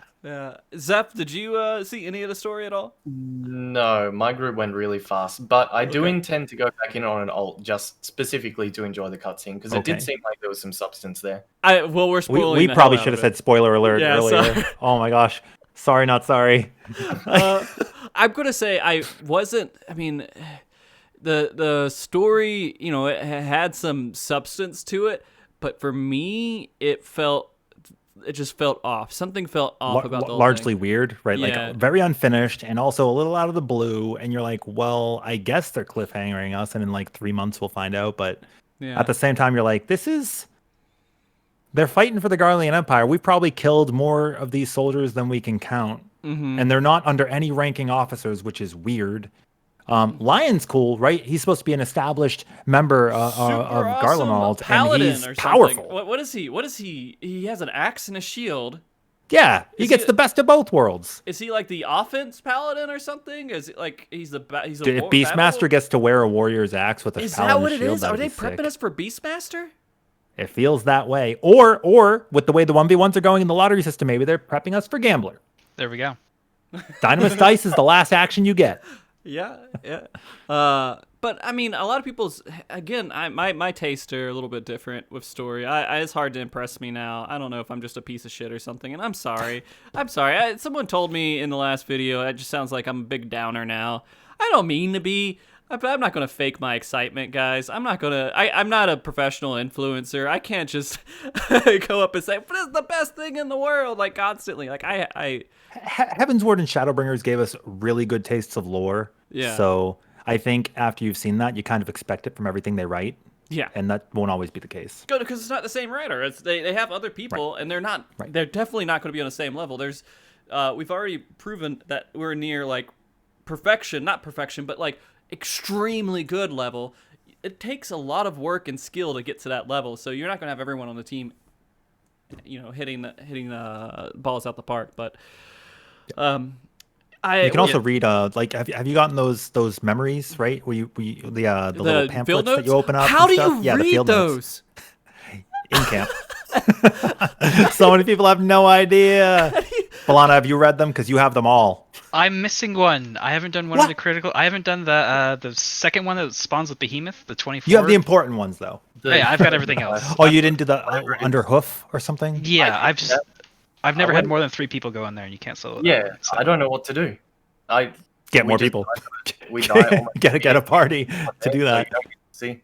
But when you open those up, they're actually really cool. They're really well put together. And I really do like, one thing I'll say about the story that I like about this side is that they make both sides seem really cool, right? People fighting under Gabranth, and he's noble and he's supposed to be just and he looks out for his people, which is not something you see from Garlemald. And then you have the other side of like, well, we see that, but how can he be so good? We're fighting for our homeland. We're trying to keep this. You guys are trying to take it. Who cares if it's good or not? The intentions of the Empire are bad. And you get kind of like a deeper lore into Garlemald, and it's really nice because we've been waiting since 1.0 to go there, and we're still not, but they're coming to us, and we're getting to go to special areas they're in. 6.0, wipe out Garlemald, whatever, and be done with it, and go on to whatever else is the story. I'm Peace. done with him. I'm done. I don't want to see him in the game anymore. I want it to be on to other things. Which legion is it in Bozja? It's 14. 14th. Yeah, 14th. The 14th? Okay, so that because all the other ones kind of have a tie-in to a Final Fantasy game, like the 7th Legion called down Meteor, the 6th Legion was working on the Warring Triad and all that. So the 14th was the one that Gaius was in charge of, right? Was it? I think so, because that was that kind of blended in with like being the original Final Fantasy 14 stories, the 14th Legion. We need Athos. We need Athos to come on and tell us. Oh wait, is it the 4th Legion? It might be the 4th. It's the 4th, but I thought I read 14th. It might be the 4th. I might just be wrong. I think they might have just talked about the 14th in the story. So I got mistaken. But yeah, no, Gabranth is the 4th Legion. This was very tactics themed though, right? It wasn't. I don't think Lion is actually part of any of them. I think he's just there to oversee and make sure they're doing what they're supposed to be doing. Yeah, okay. All right. But no, like the theme of this, like it seemed like it was tactics of some sort, like the music and everything else. It felt like that. Am I the only one who felt that way? Well, you have to do the Stormblood 24-man to unlock this stuff, didn't you? It's kind of a continuation. Everything of to it. deal with them, and they discuss them too. They talk about them. Okay, yeah. So because I don't follow the story as well as I guess normal regular players do apparently. Did you do the cutscene after Castrum? Yeah, I watched it all. Okay, so we know that. I guess spoiler. Do we want to spoil it? Fran will likely Zheph, appear in the future, but we don't know. Zheph, do you care that we're talking about the story? Do you want us to not? It's okay. No, if you're talking about this particular story, I haven't seen up to this point, but I do know about everything prior to it because I do. This is not really a spoiler, more so than speculation. We assume because now we're seeing NPCs from the 24-man that Fran will likely appear in the future iterations because now her army is showing up out of nowhere. The guy's like, I came to tell you something, and I don't know what it is anymore, but I hope you don't die. And then he leaves. and you're like, that was so weird. I guess that's part of where you said things were weird. Like Everything is weird. Guns are that's so awkward. powerful in this game, apparently. They're so Yeah. powerful. I don't know why. My machinist is not that powerful, but apparently everyone else is like a mastermind gunsmith that just blows people away with little bullets. Anyways. We made a magic shield. Like a big magic shield. Yeah, why do we get that all the time? Anyways, cutscenes. Well, we don't have to go too much into that. I feel bad. Yeah. Stealing that from Zheph, because I don't care about Balana. He's used to it. We've stolen everything from him now. I had Mr. Happy's stream open, so I got kind of the cliff notes of the thing as it was going on. I know heard the his plot FPS beats. tanked in there with you. He ran into he had an unfortunate internet connection issue when he was going through the Castrum the first time, and he lost a lot of footage. So that was unfortunate. Oh, that does suck, dude. Man. Well, this zone, going back to it, I guess, and as a whole, is felt again. I kind of hope that they take this stuff and they start making these zones for the next expansion similar to how they're doing skirmishes and critical engagements and stuff here, because I feel like this stuff would work well in the open world if they did it. that's what I've been saying. So more like the Heavensward Fane Fates? Or Chain Fates? I don't Or know. like, I like the part like the where Behemoth Fate that you fought in Porthos, where you lead into that final battle? yeah, but I don't think it should be completely like it should be queue in. I think there should have Okay, a so system, you want to have the critical engagement where X number of players get the opportunity. Yes. I feel like that system works pretty well. I also think implementing the idea of having some kind of meaningful progression system that is tied into the overworld. So instead of having to go into an instance like this, you just go out into the overworld, and that's where the content is. So they design the overworld, the 6 expansion maps. They design them with this sort of thing in mind. And that way, when 2 years on, when someone's late to the expansion and they're coming through, there's still people there because there's all this content they're working on, and the world feels more lively that way. It would I be mean, great. when was the last time you went to Tempest and that came out this expansion? Outside of an A rank. I mean, they try to do something kind of like that with the fates in Shadowbringers, where you could do X number of fates in a zone to fill up a bar to unlock more things in a vendor. But yes, improving on that and making it maybe a little bit more meaningful could be something a cool open world concept to do, because the open world's kind of dead. After the initial leveling rush, after everybody goes through the zones and does their MSQ, there's no real reason to go. I mean, back I don't do than... hunts. To be honest with you, I know that's a big thing where people do hunts a lot. But I Hunts don't will get you materia. Yeah. Fates will get you clusters that people use for crafting. But it would be cool if there was something, I don't know, they'd have to add something else to entice the people who just like battle content, because a lot of the overworld content's just boring. Even the world fates are pretty boring. A thought I had the other day is, what's the point of overworld mobs now? Like, quests are all scaled to your level, so they have to spawn their own mobs. And yeah, you fly over them or you avoid them. Like, it's kind of a strange shift that's happened in the game. So I blanked out a whole bunch of these quality of life things that they did, and when I went to go level up my white mage, I went into an area. It's like, oh yeah, this stuff's all level 70, great. I didn't remember it being level 70, and I went back and started doing all these side quests and everything. I was like, oh, this is nice. I started seeing the icons, and they all started to piece together in my head that they completely changed it to everything synced to you now. Yeah, to your level. I guess that makes sense, but I don't know. It's maybe they what could bring back do. the hunting log and increase it or something. I don't know. That was like a one and done thing too. There's just a lot. Like guild tasks were touched and then ignored for 3 expansions. Like there's a lot of stuff they touched on and didn't. But the overworld is not something that I think they can afford to just give up, because the overworld's pretty cool. Yeah, There's just no reason to go there. That's what makes it an MMO, is you got a big open space that everybody can go into. Yeah, to see it And be looks active good is fun. screenshots, but yeah, it's all they there need for G something to posts. give activity. It's all G posts. That's all it's there for. If we look at this zone and also Hydaros, when you go in there and you're just doing content in there, if we imagine it being an overworld, 1, you are getting experience on an alt job. 2, you're getting clusters, which can return gil if you sell the stuff, because everything is sellable.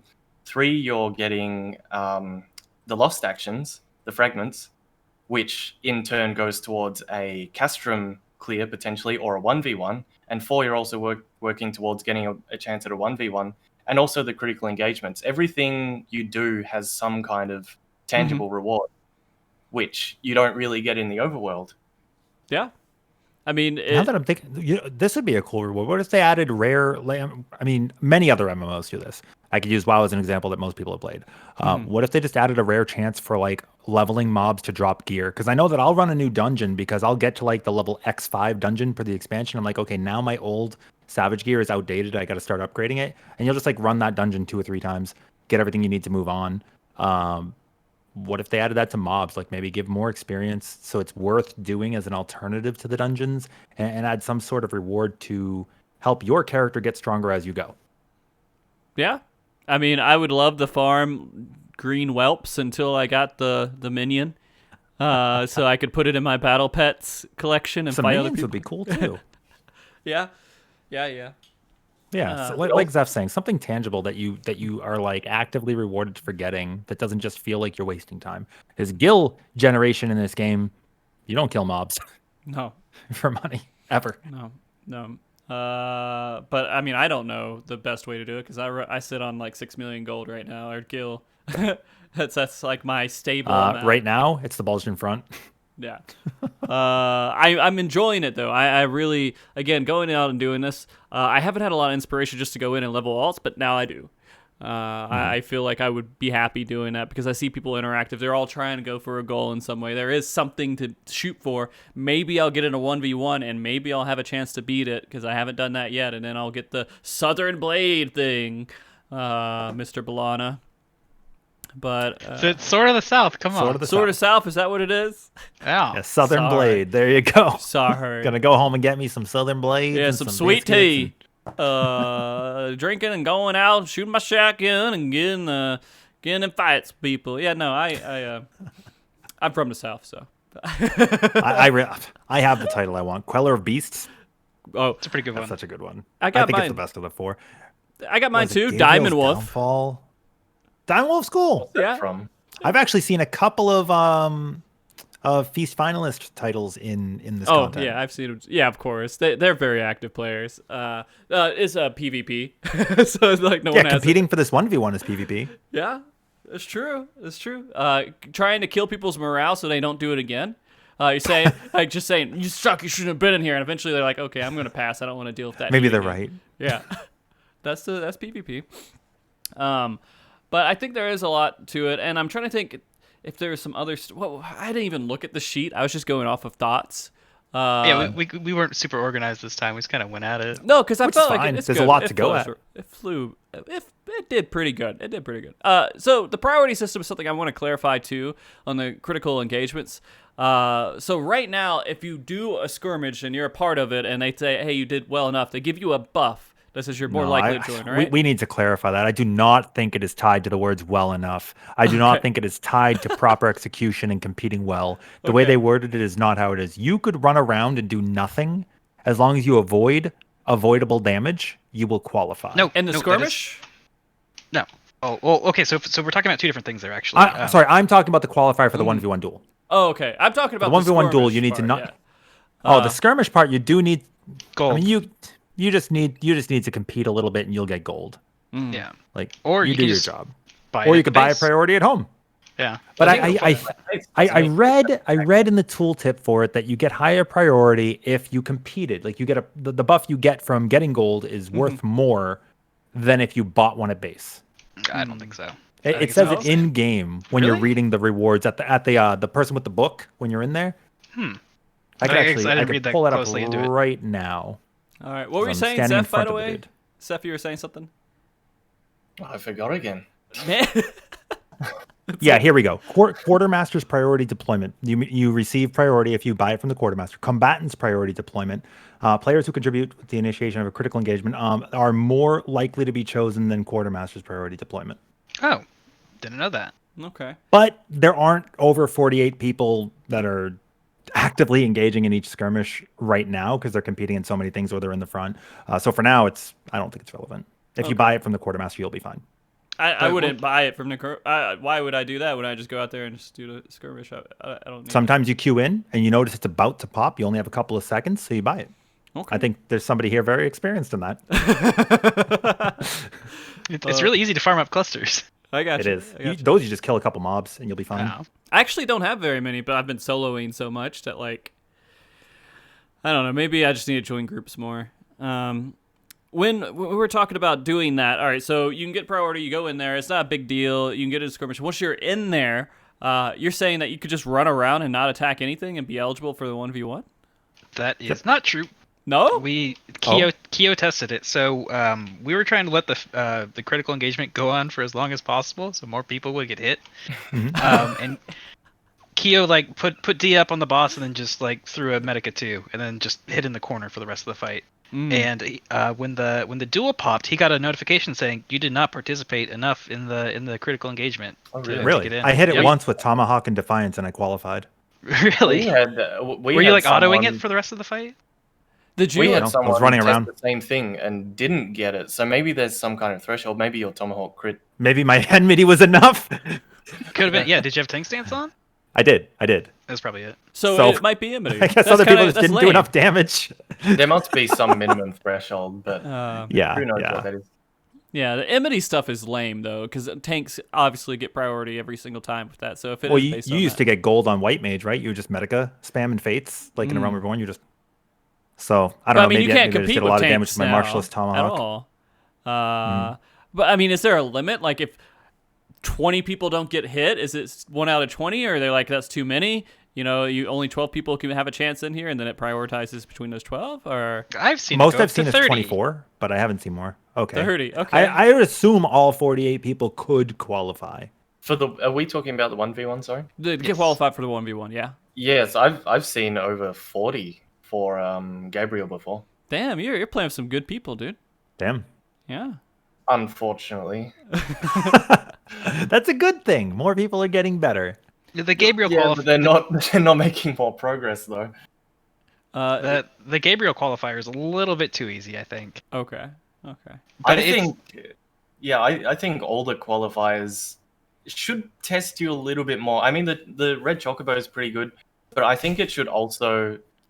I think they should be testing your knowledge of the lost actions as well. Like The problem with Red Chocobo is it rewards you for using Reflect, and Reflect is not used in the 1v1 duel. Yeah.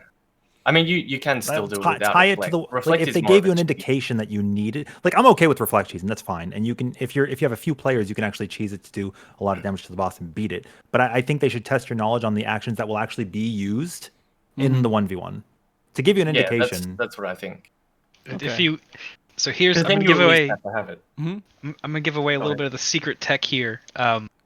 So in the Red Shocktober Fate, the Reflect, if you use Reflect, you can actually negate the stack marker on yourself. It won't do damage, but it will do damage to other people who don't have Reflect up. So if you can just really? like selectively back out of the group a little bit, no, that guy hasn't gotten hit yet. Let's just make That sure it is- only You hits guys him. are so That is fucking Monka devious. TOS. That is Monka TOS. That's what it does to people, though. Like, Yeah. when we were talking about it earlier, like, But then it's a You'll- problem because it's like grief territory. But how do you prove? Yes. Maybe But, that like- person was just trying to find Dude. people to stack with. It's so hard to prove grief unless if you just get the right GM. I know this being a PvPer, it's very hard to say, yeah, this person actually doesn't suck this bad. They are just trying to be a piece of shit. I thought you were going to give away secret tech on how to do the meteors for Meteor Yeah. Rain. How do you do the meteors for Meteor Rain? So Meteor Rain is going to spawn around the arena. You're going to see chocobos that are going to spawn, and they're going to set down 2 stacks of meteors that are going to spiral either clockwise or counterclockwise. And the problem is that the next set will spawn before the first set goes off, and people will try to line themselves up with the 4 meteors instead of with the 2. So I think- they'll take a lot of damage. So what you do is the safe spot's actually on the chocobo 90 degrees from the 2 that are going off. And you just rotate 1 chocobo each time. The Or you most just common mistake stay in the middle, I spam see- Reflect. Yeah, That's most true. And you common- deal like what? A lot of damage. Most common mistake I see is people move when they see the stack go down, because it's also a meteor effect. They see that drop down, they move prematurely, and then they die. Mhm. You have to just wait and really just eyeball the first meteors that appear and wait until you visually see those ones come down. And I'm not going to classify this part as griefing, but if they stay at the wall with that stack marker, they're taking it by themselves. So many people will get it and stay still, but I'm going back.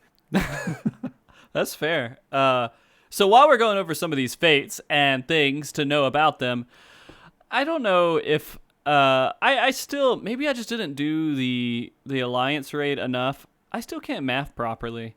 I still don't understand what I'm supposed to do with the number. Like, I understand my HP goes to a certain number, then he says something, and I'm supposed to do something with it. What am I missing? Your HP plus the number in the tower are going to create your new HP. So then you're you just have to adding figure it out. 2. Yes. Oh, okay. So you're adding yeah. 2. So say you're at 5 and it's indivisible. Get knocked in such a way that you're not in a tower at all. Okay. All right. So whatever you make your number is what they're doing. So if you need to do a prime number, then you make it that number with the thing that you're stacked in. Because And 1 is not a prime number, by the way. I know that's a pretty common mistake. Yes, 1 is not a prime number because it's used in the definition of a prime number. Yes. Okay. Tell everybody what the prime numbers are right now, Zheph. 3, 5, 7. You missed 2. What? Oh, 2 2. is a prime 2, number. 3, 5, 7, 11. 2 is not used in the definition, and it's divided by itself, so you're good. 17. 19. Okay, I'm not going to make you go through all of them. 23, 29. So in chat, if you guys are reading and it says prime, there are your numbers to go for. All right, you got it. That's good. You guys go for those numbers, and maybe I will not fuck it up. I don't know. And I feel like so many people mess that up all the time, including me, because we just trying to figure out what they want us to do. And I hope that people learn from now and they stop doing these math bosses. Also, with this math boss in particular, if you have something like Breathtaker up, ensure that you're in the middle of the arena so you don't get knocked into the wall, because you'll die. I don't know from personal experience. What other bosses do people, or what fates, or for the skirmishes? Why do I say it like that? Skirmishes are the critical engagements people seem to have issues with. Do you guys have any tips for any of them? There's the death one on the east that people get north wind, south wind, etc. Right? I see people get knocked into the wall all the time on that one. The death. The Beastmaster with the zoo, and it'll cast like a wind in a cardinal direction, and it will literally come from that cardinal direction, and they'll just. Because the arrows, or they won't focus the Beastmaster. Because it resolves so quick. Yeah. And everybody says that every time I go in there, I don't even think about it. They're just like, "Hey, kill the Beastmaster." Okay, I know it. I've been told this. I don't know why, but I just do it because I'm told to do it. But yeah, that wind thing resolves itself so quickly if you're not actually paying attention to what's happening before it shows you the graphic for it, right? And that's. But it won't kill anyone unless you're like half HP. Yeah. How about you, Balana? Which ones do you think are killers? I've got a nice trick for the second skirmish with the giant and Sarvator in it. That leads into the critical engagement that spawns the 1v1. Where there's Iron Giant and Sarvator. If you max range the Iron Giant as a caster, you're out of the range of his cleave as he spins around everything. So you can just that's book nice. it all the way out and hang really out back nice. there. Okay. Because that one's legitimately difficult. Also, just focus target Sardaukar so you can see when he's casting things, because he'll do a cross mechanic that he'll start casting and you'll see. And then by the time the AoE indicator shows up, if you're on the boss, you don't have enough time to get out. Flame, I Grand believe. Cross Flame. The telegraph appears about 75% of the way through the cast bar, but if you see it, you can already run away from him, and then you don't have too far to go to get to a safe corner. Correct. Also, too many people keep the Mandragora in the middle, and gets people hit all the time by the heart on the very first fate. Oh yeah, just take it to an edge. Yeah, you just take it out and people can dodge very easily. That one is resolved much to what was it, World of Darkness, where you alternated your buff on the first boss there. So you just have you have a pink buff, a blue buff, and then this red and black death. Don't stand in that. Just stand in one of the colors. Every time it casts one, you'll alternate, and then the heart, if it hits you, is going to confuse you. You'll attack people. So and maybe you'll get a kill, maybe you won't. I was hoping that was so much more complicated when I went in there. I was like, okay, blue and purple, all right. Someone has to stop the hearts from hitting something. Of course, I got to run into it if I have the blue. And that's what we thought at first too. Yeah, same. We were like, okay, get these out. If it touches the boss, he's like, it's crying. it's gonna You can see it heal or crying. something. I don't, and I But was just pain. Yeah, I was kind of upset when I saw that, but I wish I don't know. Maybe I'm not really upset. I'm happy with how they did this content. For some reason, when I see this, I'm like, yeah, this is kind of what I'm hoping for. The gotcha stuff, sure, that's great. If I don't automatically know what to do, I'm happy because I feel like I have to figure it out, or there's some level of challenge to it. This actually brings me back to the show you had me on last time. I feel like this is like the Hall of the Intermediate. It's teaching people mechanics. It's true. And a lot of this It's stuff, kinda nice. while it's been somewhere in the game, there is stuff that feels new, like mechanic-wise. It doesn't feel like it's all stuff that we've been doing completely. So that's another positive to it. When we go back to the 1v, Yes. I don't know. Some of it, Yeah, I mean, the behemoth fate acts like Rathalos, right? You gotta stand behind the dead behemoths. And if people haven't done Rathalos, I guess that's new to them. I don't think there's too many other mechanics that really do that. Well, if you've But I done can't think of Behemoth, anything new. the line of sight idea is still kind of there from all prior iterations of Behemoth. It's just a different Or thing Ultra that's Flash, around. where you stand behind the legs. Yeah. But if people haven't, like, there's gonna be a lot of Shadowbringers babies. but I don't know. I guess what I mean is like I know it exists somewhere, but it's not used often all the time, or at least it felt like that. Maybe I just haven't done content enough recently. Like That's fair. I haven't seen it as much, but Yeah, Ballast from T2 got a nice revival. It's thrown it all over the place. Yeah, did. oh god, All these fates are really good. People should try them. Yeah. They're really nice. yeah. And I guess I had really low expectations going into it. Maybe that's why I feel so positively towards it this time. But I'm happy with what they did, and I'm looking forward to what they do next. Do you guys think that this content's going to last long, though? Due to the NPCs, yes. I think, well, I should say it will stand the test of time for people who want to get into it if there aren't enough players to do it. You might not be able to get the critical engagements or the Castrum, but the fates, the NPCs are very strong. Oh yeah, like That's when something we when- didn't talk about. Yeah, the NPCs, they just kind of, I've noticed them, but I ignore them. You have people They help limit you. break and stuff. They're good. Yeah, I'm sure. What, Balana, you unlock that third area and you're doing like a fate in the second Exactly. area and you can't even get there. The ones in Yeah. the northwest. Yeah, when there was like nobody getting into the third area yet. I think it's because it scales. I think based off the number of people who are able to get in there or are That's in there what we currently. assume. Yeah. Yeah, One I of assume those it's the two? ones in there physically Yeah. there. The NPC would just like murk the fates down. They'd be gone in like 10 seconds. The reason I believe it's the ones physically there is whenever we were doing a North Fate and everybody was up there, the southern ones would get murked as well. They were just before we could get there. So that's my theory. I will say a really big downside. So I've been talking about a lot of the positives of this content. A really big downside is the leash range on mobs. You have to run long. forever. Not only that, but when they leash, they will aggro. They'll proxy aggro onto somebody else. Yeah, So- they won't reset and run away. I've been AFK in next to an Aetherite, and then all of a sudden I'm dying. I've actually died because of that. Yeah. I watched somebody had to do a critical. They had to do the 1v1. They were trying to change their jobs at base, and people were leashing mobs onto them so that they couldn't change. Yep. That happened to Ara. They had to do it on Gunbreaker. Yeah, I heard that. That's crazy. 'Cause And then you also can't leave the instance until you're out of combat, right? So if you're all trying to hop and go to another instance, and one person gets aggroed onto, you gotta wait or kick them.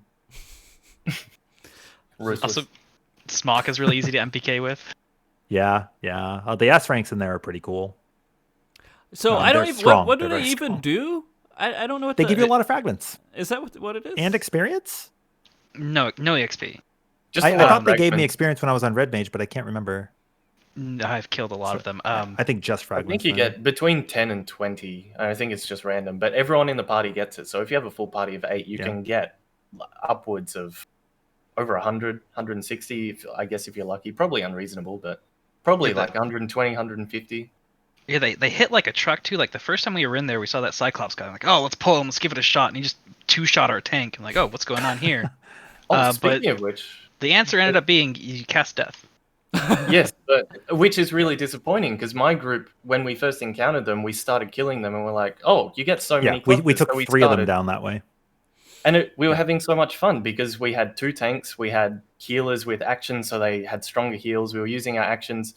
Cycling your cooldowns. It felt really engaging because we had to. Mhm. You would cycle your cooldowns. You would squeeze every last bit out of your tanking kit. Then you tank swap, and you try and support them as best as you can as an off tank. And then once they're out, you swap back to yourself. And that type of combat style is actually really engaging and fun, I find. Mhm. But you can't. You could by technically nature do of that now, auto but there's a good attacks. chance somebody's going to come up and death them while you're doing it. Yeah, unfortunately, that's actually how we discovered that you could death them because it just died. We saw. And if you're in someone multiple really groups and they don't one-shot. aggro and tag it first, then it's just that one party gets it or that one player gets it. Do you think that they should remove death for those mobs? S rank shouldn't be deathable. No, not No. necessarily. Well, if we go back to- Maybe if it uses it on an enemy that has a little bit lower than full HP, because you'll just death it, and then if you don't get the death, you could just repose it to put it to sleep, and then wait and do it again, or reslot. If you go back to the topic of longevity of this content, you have to think about the solo players later on, where they would have no hope of soloing it. It's true. Yeah, that's true. Yeah, okay. I actually thought this content was going to die within a month. I figured that, everyone would be done with it and move on. But you're right, with the NPCs, they should hold up pretty well. Just there's going to be some things that you're not going to be able to do, which sucks because Castrum is actually a big part of rewards, right? It's story gated. Yeah, it's story gated. You need story. You need players. Yeah. If you think about Castrum itself specifically, and relate it to Baldessian Arsenal, if the rewards are good enough, people will continue to come back and do it. Because on my server, people were continuing to run pugs, or sort of organized pugs of Baldessian Arsenal all the way up until probably still going. Actually, It's still running now. Because, there's still parties because going. the rewards are good enough, and so you have to wonder. I think the upcoming 48-man Savage will probably have an enticing reward. But if you think about this one in particular, I think probably because the rewards themselves are not special unless perhaps in the next zone or for the 48-man Savage, you can only really get those rare actions like the rank 13, 14, 15 actions from this. And something like that would keep people coming back. If they needed to just dip in and farm a bit, maybe that would be a way to do it. Okay. To keep it active enough for future players coming in. Mm-hmm. And then it would be driven by the better rewards that come from the 48-man Savage. So you want to do 48-man Savage for the lucrative reward there, but you have to do this one to get the correct actions to do that one. Or you could spend gil. So either way, if you just spend gil, it's a money maker as well. If you just want to go in, do it a couple of times, come out with a bunch of money. Okay. Well, we'll see. I mean, we're not going to see the next iteration of this until when? February, I think. Yeah. Hopefully the world will be stabilized by then too. Looking forward to those next few months. We can hope. Yeah. I do want to go ahead and tell everybody if you have any questions for any of us about, again, we have one normal Joe here and 3 regular experts, I suppose, of this content. If you have any questions you want to ask about it, please do. I mean, people in chat would give you answers too, but I have a little question sheet you guys can submit to it, and then we can go through a few of those questions before we end the show. There's a couple other things I'm going to talk about before we get to those questions, but go ahead and start sending them in now. The other thing I guess I wanted to... Man, we hit every single point, I think, actually. I was looking at that. I wanted to talk about the 1v1 difficulty, but I was going to look for something else, but I think that was it. The 1v1 difficulty, do you guys feel like they hit the nail on the head with that? Now that you have completed it, could you easily just go in again and just knock it out? Like, it doesn't feel like it's a challenge. You just have to know it. Yeah, a lot of the difficulty is the pressure of not wanting to waste the one chance that you may never get again. And people watching you. It's similar to Baldessian Arsenal. The mechanics in that were not inherently difficult, but it was the knowing that if you die, you are potentially out for good. It's the high stakes that is a bit of extra difficulty added onto it. Okay. Yeah, when I got the Gabriel kill into the Lion duel right after, like I was so like nervous from the first one, my hands were still shaking, and then I get into the second one, I'm like, oh man, my nerves are just like completely shot. I had to like go get a drink and like calm down a little bit. I want to Actually, ask on you that, about I have a that, question for Balana. you. Oh yeah, go ahead, Zeph. I wonder if your question was the same as mine. Actually, I'm Maybe. curious. Well, I'll ask it. I was wondering, because I know Rin and I had the same experience. Both of us, when we got our first kill, during that kill, our hands went numb. Did you experience anything like that? I don't know about my hands going numb, but I was Well, very just becoming tense. desensitized to everything that wasn't the fight. I mean, I was drinking a lot this entire week, and so That's probably the I did- secret to coping with it. That was so not going to actually be my question, but Okay. yeah. So I want to ask you guys this because I wasn't thinking about it too. I haven't been into a solo duel. I've been eligible for a few of them, but I never got in. I shouldn't be in anyways because I don't know the fights. But that being said, when you go in there, do you have people like being like kind of heckling you and shit from the outside? No. Have you had any like negative No, I've interactions? never had. I don't know if it's because like Zeph and I are streamers that we haven't, but it's been a lot of people supporting. Even people like coming in the like. So I'm on Warrior, right? So people will bring an ad to the spot so I can get my Storm's Eye up before I go in because I do the pre-pull like focus into Lost Slash. There'll be people like offering buffs like Bravery and Spellforge, which against the first bots it's a Magitech, so magic damage does more. So you want to make sure you can get magic damage if you're not a caster. I don't actually think. I think one thing that might be future proofing. We don't really see too much need for spell steal for physical, right? Or steel forge or whatever it is. I don't really think it's. No, I can't. There's I some- can't there's think of some- anything that you yet. want it for that you can't beat just by beating it. the second to last boss in Castrum Yeah, adds a little extra damage. but you'll kill that just with your party. I need it for my Um, glares, I guess. But the and, duels, you I know, don't think so. Okay. But yes, I think mostly even in shout chat and even on NA, people are pretty supportive. People are pretty supportive. The only time they're not is when they look and you physically click the person and you see they queued in right away. They don't have any actions at all. And you're like, do you have mana wall? And they're like, what's that? And you're like, okay, well, this person's dead. And then they'll just start getting on their tank mounts and blasting into the arena so you can't see. That's the thing I think should maybe have a little bit more range so that they can't make you not see things. Yeah, that's the most toxic thing I've seen is people getting on the tanks or the Magitech mounts and like shooting into the arena. I feel like that should actually be reportable. Yeah. Yes, I agree. Just because it's not fair to the person who has their chance, and I don't know, it's weird. What I was going to actually ask you, Balana, regarding the 1v1s is how much information did you have going into each of them? I know we each progged a lot of them early on, but like obviously we didn't all prog all three before we knew what was happening in the other ones we didn't see. If I may just add on to that question, I also want to know about how you came to the solution of getting boosted over the birds in Sadovar. That was I can't remember who exactly it was. It was R or Shin who had that suggestion. So we were thinking reflect, dispel, and we were trying all those other things. And yeah, I got Getting into, knocked into the right side, right? Yeah. I think it was R actually did it first, and then they wiped way later. I think they ran out of. I can't remember what exactly they died to, but it's pretty late. And then I was like, oh, there's the strat, and I managed to get in next, and the guy got the kill.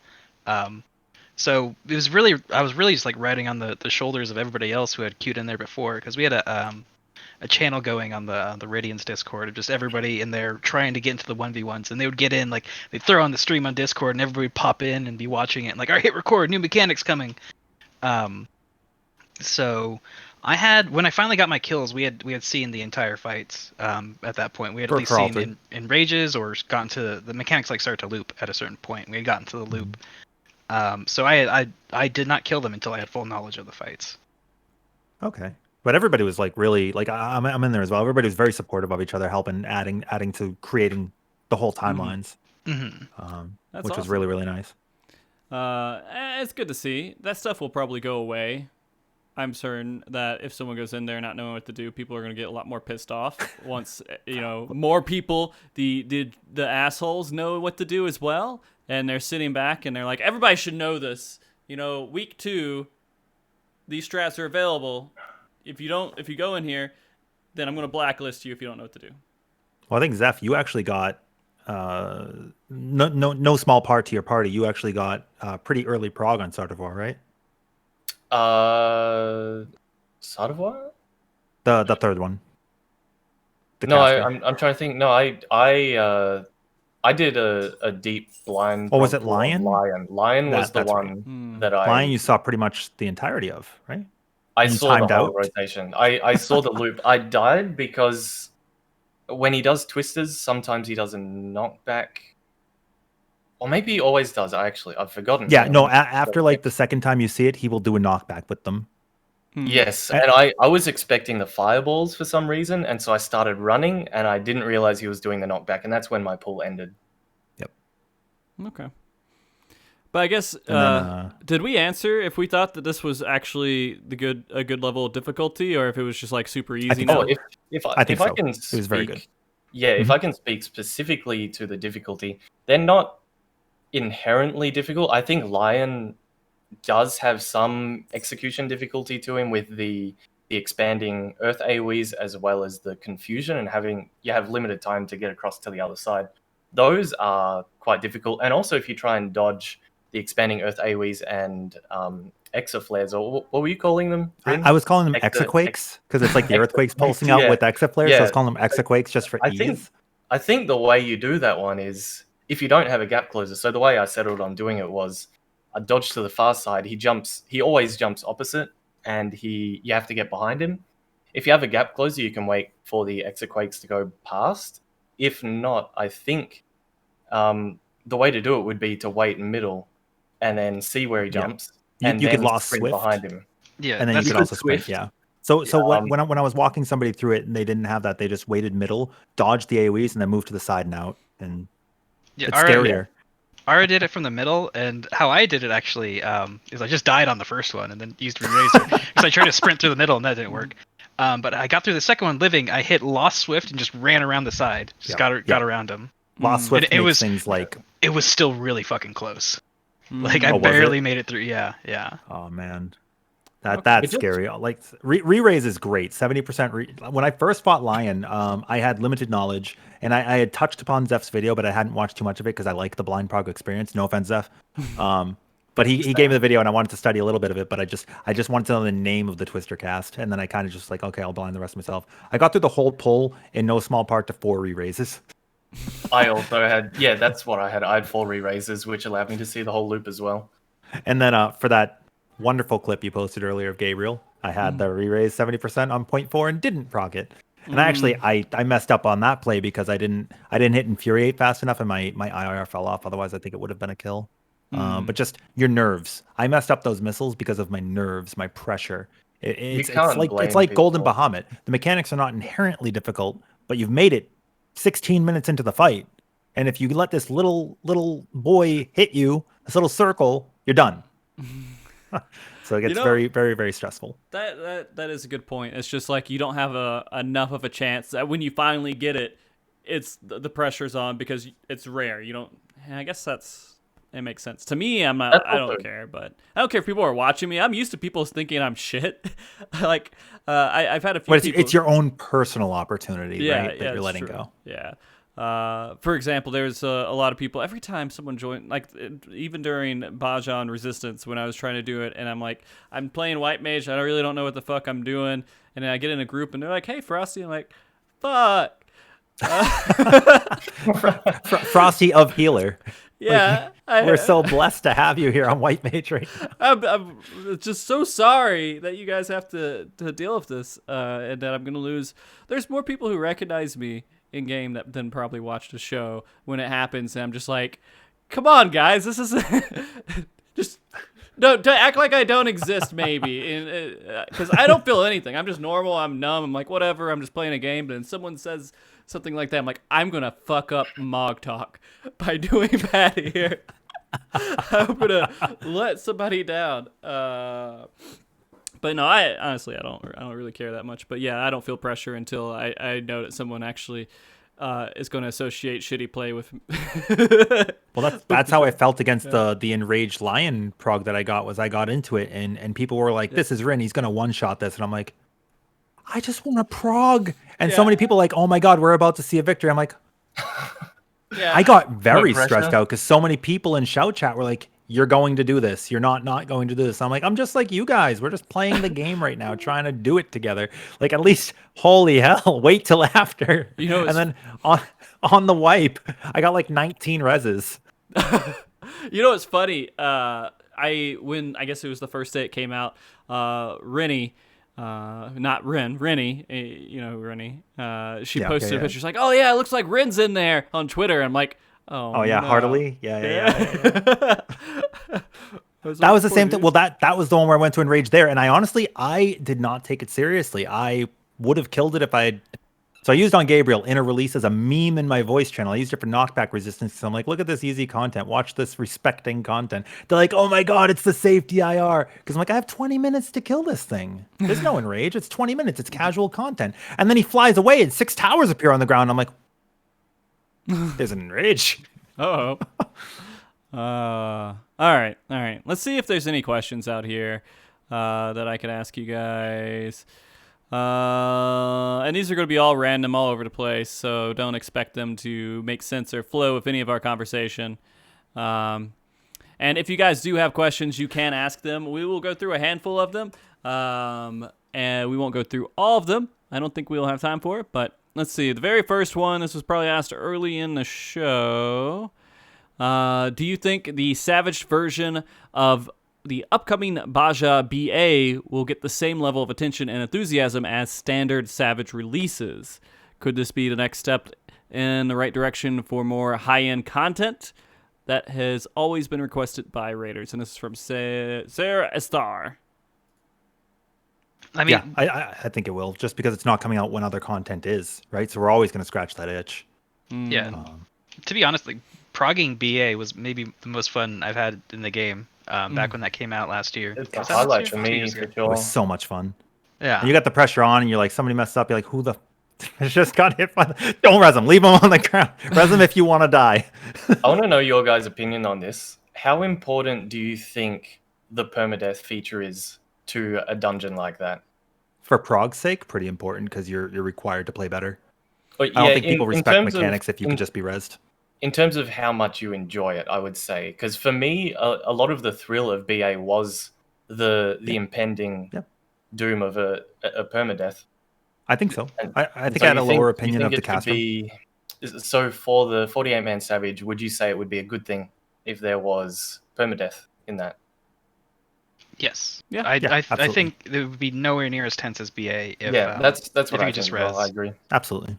I also think scaling it's not a big deal. I don't know if there's anything other things that would add to or take away, but I would just like to see more of a variety of our lost actions required. Instead of just using like 2 things, because then you're going to end up in a situation where you had like the double edge memes on like almost everybody in the party. One of the things I liked about BA was the way it forced you to play your role properly. So as a tank, you did not care about DPS. If you let one mob through, someone is dead. And so you really want to perform your role properly. And as a healer, you absolutely don't want to let the tank die, because then all the mobs will run rampant. And so I would like to see that again in the 48-man Savage. Just the emphasis being on completing the content. So the tension of permadeath, and because of those high stakes, that's what forces you to play your role properly. There's no greeting, there's no selfishness. You just want to make sure you get through as a group, because in the instance of Ozma, you want as many people there as possible to try and make sure for yourself that you are part of a victory. Yeah, you lose like one of the Ozma stacks. You lose somebody on their ads, and it goes to another side and enrages or anything like that's a game over. So absolutely. What was I thinking? I lost my thought. I zapped it. All right, we're gonna ask another question here then. Ren, what are your thoughts on time limits? This is from Goka. The time limits are fine. I think I should have expected an enrage. Talking on Gabriel. Yeah. But I just wanted to see the full fight. I had we had a full Castrum run there of all people who were raiders. So I think it was more valuable for me to see the entirety of the fight, and then obviously now we have the VOD up for people to study. Way more valuable for that than for me to get a kill, because now people can study it and create a timeline and prepare properly. So I think the times are great, and also giving you 20 minutes.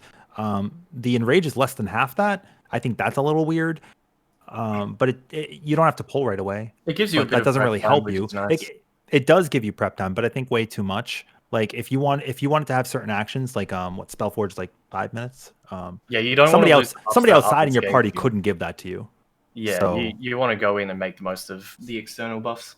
maybe 15 also minutes. have- I don't think you're going to spend more than 5 minutes preparing. I have something. fact, to most say people are on gonna prep before they timers go as in. well. Yeah, go. Okay, so my first Gabriel pull was a complete failure, crumbled under pressure. But the second one was so little pressure because I thought I wasn't going to have enough time in the instance, which I didn't, but I got it to 9%. And I think if I took in DPS actions, like maybe if I did a focus loss slash at the beginning, I might have actually beaten it. But yeah, unfortunately, my best attempt on I think it was day 2, I think, ended with the instance timing out when I was on 9%. So that was really unfortunate. Well, I don't. That's so weird. I don't understand why they have the mechanic in Ex- Castrum ex- where if you're gonna run out of time on your instance, It extends and it, right? It extends. Yes. Yeah. I don't know why They they should do do that that for to your the instance 1v1. there too. Could you Yeah. imagine watching somebody get to 0.5 and Oh, where'd they go? dissipating out? Don't feel so good. I'm sure it's I also gonna like happen. the enrage for Lion is like a 30-second cast. Do we know what the enrage for Sardavar is? No, I don't think we've seen that. I haven't I seen it think personally. yes, I saw it. I believe it's 9 minutes exactly, or Okay. give or take based on server ticks and whatever. It's I pretty assume much it would 9 be some minutes. sort of Phoenix Cleave or something that you can't avoid. Oh, he turns into the fire The Pepsi living Man again. liquid flame. Yeah, and then he just does a long cast. Yep. Yeah, Lion did a long cast too, and then with Gabriel he goes away and does a mechanic. Yeah, You can't so attack him. you can't finish him off. It's just done. Yeah. And this is what I was going to ask earlier, by the way, and it's completely unrelated to everything. How long did it take BA to be cleared again? Was that multiple days, or was that? I know it got cleared on Valentine's Day, but I don't remember when it first I want to came feel like out. that was day 2. Didn't JP, because it was chaining pulls, right? Like Elysium do a pull, then watch JP do a pull, It was then day do another 2, pull. wasn't it? But I think it was day 2. It was at least I day remember 2, maybe seeing- day 3. I think day 1 wasn't day 1 all about leveling and then organizing the players.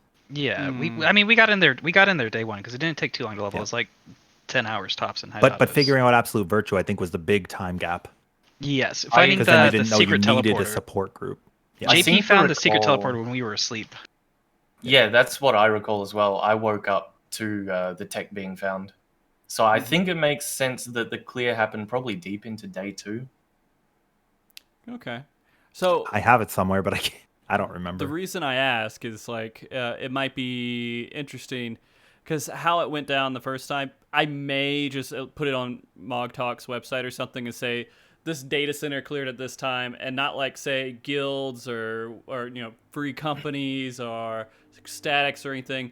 This data center cleared here, here, and here, and because that would be interesting. 'Cause It's no way to very much a organize it. worldwide Yeah. event. It is That's not what I any liked individual about player. it. It felt like it was region versus region, and it wasn't like an official competition or anything. It felt like a very friendly competition where Okay, it was day one group 3. would go in.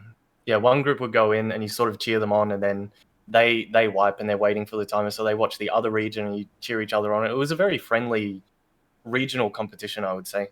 I think But it would be we're fun. solving it together, which is great. Yeah, Yeah, and there's no way you could stop streaming from happening in that too, Right. because the people who are a part of it are streaming.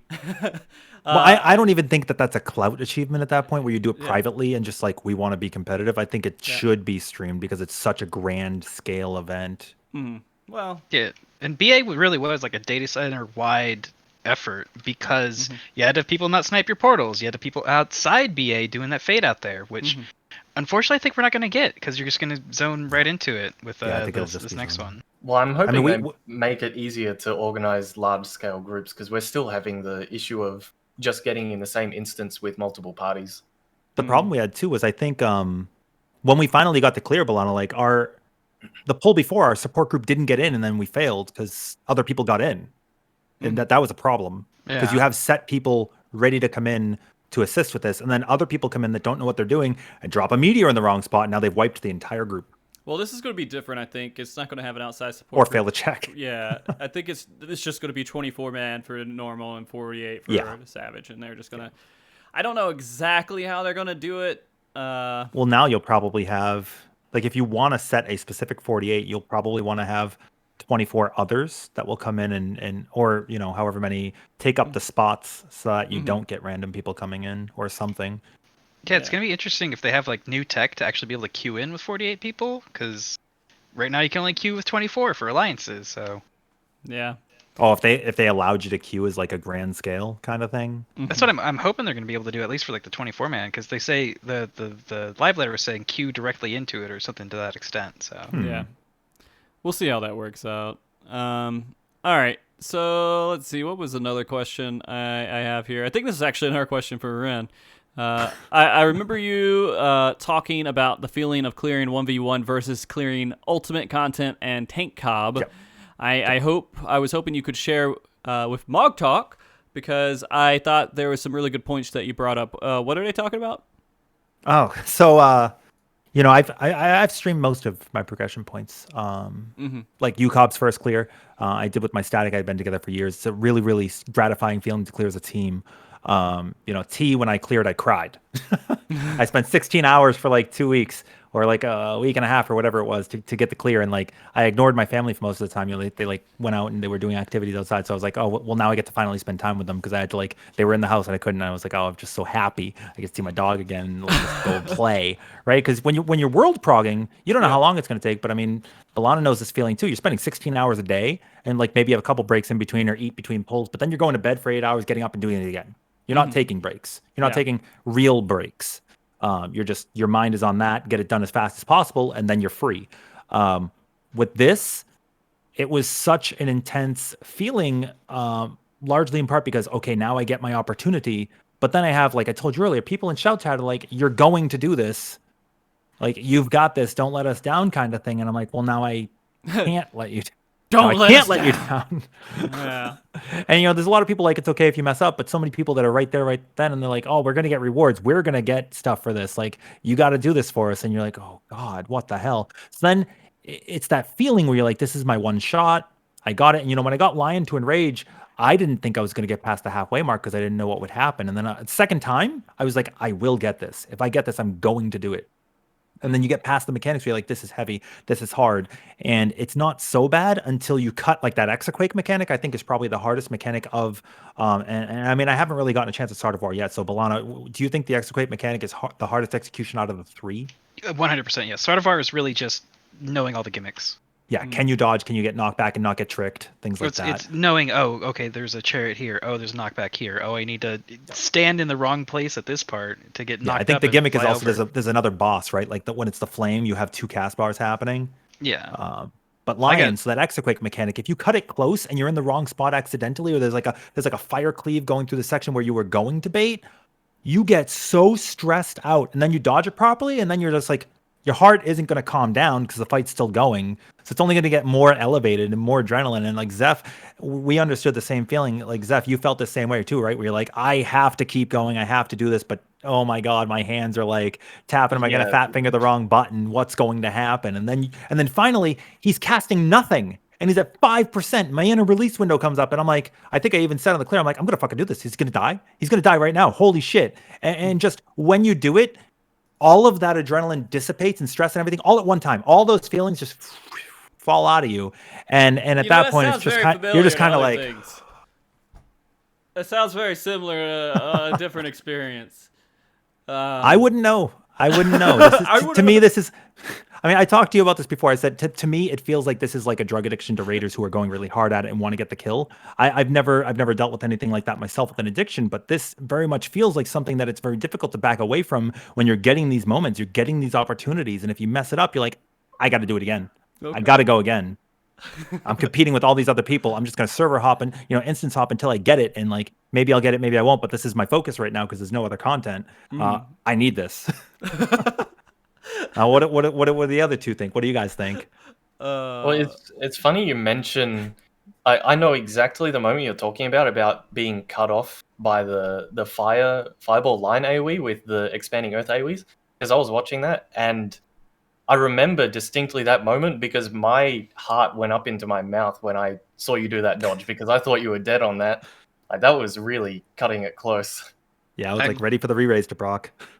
Yeah, actually, before I got before I got my kill, I went back through the video and took a screenshot and tweeted it out of the exact situation you're talking about, the line AoE going across, before where you need to go, and I actually died to that shit at 16%.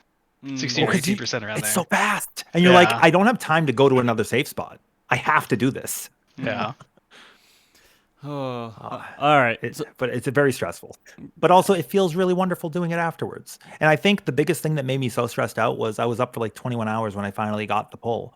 If I had just gotten it after maybe an hour after waking up, probably wouldn't have felt that way. Okay. It's But after a long you know day your of senses. grinding. Like you're gonna play worse after a full day than you are at the beginning of a day, right? So you're like, I know I'm sluggish. I can't mess up. But you Okay. get the fight. The cue pops, and you're not tired. You're ready to go. Yeah, the adrenaline kicks in. Yeah. Yeah. All right, so we'll ask this one last question here, and this is for everybody. This is from Sarah Esta.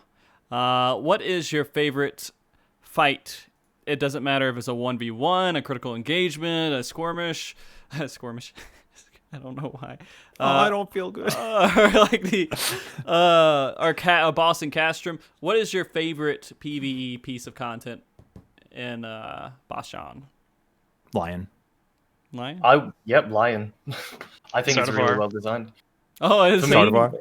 like Lion, I think is, as we mentioned earlier, he has a higher degree of execution difficulty, and he is something that I would like to see. Like I would have loved if what's his name? I've forgotten his name in the main story. The old dude. He was kind of forgettable.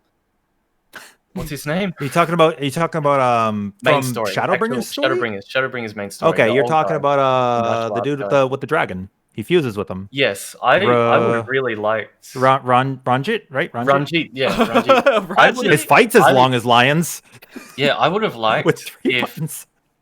if that sort of hyped up MSQ fight, like solo instance, was on the difficulty. So this is looping back to the topic of difficulty of these He was 1v1s. kind of a beastmaster too. Yeah, he is. I think these 1v1s would be suited for solo instances in MSQ. Part of the reason they're difficult is because you don't get to learn them by doing. You have to learn by watching, and then you get one rare chance. But if it's an MSQ, you go in, you fail, you learn, you go in again. For those that they care more about the story, you have the very easy mode, so maybe you don't punish them as hard. But for people that want the challenge, you take these fights, you put them as a final boss, like a final solo instance, and it would actually feel satisfying to prog through and beat it instead of just getting to waltz on through MSQ without any real difficulty. So your Biased opinion because I'm a raider, but I'd be fine with that. Like Yeah. it doesn't have to kill you. Maybe vuln stacks or something or light damage, but it at least introduces you to complex things. Like these, Yeah. Savage doesn't do mechanics like 19 AoEs all at the same time. But if you can learn how to do this, you're probably going to have an easier time in Savage. I think it would teach people to be better at. It would be more of a gateway into extremes and then into Savage raiding if the forced MSQ solo instances did actually teach you these sorts of things. Yeah. I actually agree with you. I think that if you were likely to wipe on a main story quest, solo instance, just because you have to do it to learn it, I would be okay with it. But at the same time, when you're going through that whole situation, a lot of people kind of get in the rhythm and the moment of, I need to win, I need to, go through, and victorious is the only answer. And as soon as you start hitting that difficulty wall where you can't just beat it, you get cut from the story a little bit. People, not completely. I think that's better than giving us like a You think so? 15-minute 1v1 fight with 2 buttons. True. Yeah. You're not wrong. But I also think if you fail a story instance, you get to go in and you have the option of normal, easy, or very easy. So if you fail Okay. That is once, true. you can make it very forgiving on yourself. So if you do fail the first time, you would be able to choose the very easy option. But I also think for a story-oriented game, it's important to have a final boss that feels gratifying, that feels like an achievement to actually beat it. I agree. Xenos Then didn't that's a feel... moment. He was so cool. I mean, you know what happens, but in the end of Stormblood, you beat him and you were like, Shinryu was harder. Yeah, right? like that's a moment you want to take away from a story-based game, saying I beat the hard guy at the end. Like that was really fun. That was a big achievement. It's a big deal. I agree. And if Like you you took down can Thornton just in do it Heavensward, but you very had easy. Regula chasing you the whole time, and then you beat him in like this 1v1 fight that he just like falls over, right? And you're like, what? Yeah, I don't think they've really gotten close to that, except the one thing I can think of is like T13 back in Realm Reborn. Like the whole But that hype was of a the raid. yeah. Yeah, But it was hype. but It was really hype. Cutscenes were super awesome. more it was more tightly tied into the story of the world in 2.0. So a little bit more integrated. Yeah. All right. Well, I think we've covered the content pretty good. We didn't go too crazy long. We went a little bit over 2 hours, which is usually the goal. So I think that was perfect. And I, of course, if you have anything else to say, this is the opportunity. If you guys have any last kind of thoughts that you wanted to say, maybe we missed something. You're like, Frosty, you forgot the most important thing about it, and it is. Go ahead. No, we did it. That it's new, that it's current content. It's new. Do it. Content. No, it's good content. The 1v1s are really great if you get the opportunity to do them. If you get the opportunity to go into the critical engagement, try it out. If you get the opportunity to do the Castrum, do that. It's really nice, very friendly, very puggable. Be nice to each other. Don't be mean. Don't deflate each other. Make sure you study up on which actions you need. You don't have to learn the fights as long as you know how to go in prepared, because at least then you stand a chance. And if you don't know which actions to take, at least get a re-raise. Very simple to get, very easy to get. I think you could even... That might be one of the ones you could trade in clusters to get for the action, but make sure you try them. Enjoy the content, beat mobs up, have a nice time, level up your alts in there. It's the only content we're getting for like another month and a half, so do your best to just be friendly with one another and enjoy it. It's a nice time. Yeah. Yeah. Okay, that's good. That's good. Balana, is there something that we might have not covered completely, or something else that you just want to throw in there while we end the show? I think we were pretty comprehensive there. Try not to be toxic about the duel. Especially Chalktober. On both sides of the equation, don't be toxic about it. Don't just jump in there just to grief the other people that want to do it. Try to be at least a little bit prepared. I mean, it's fine if you want to go in there and try it, but like Rin was saying, make sure you're prepared and willing to listen to advice, and do not accept the queue into it instantly. You can't withdraw after you've accepted the challenge, by the way. If you're like, oh, I guess I don't want to do this, your only option then is to leave. It completely You can't screws everybody withdraw? else Oh, over. you mean Well, once after you you've get the been 1v1 and you hit, yes, I'll Yeah. do this, instead of withdraw. If you hit yes, you can't withdraw after. Okay. Is that true? I thought I was told I During the haven't 30-second withdrawn, but selection I've been period- told by somebody who tried to that they couldn't.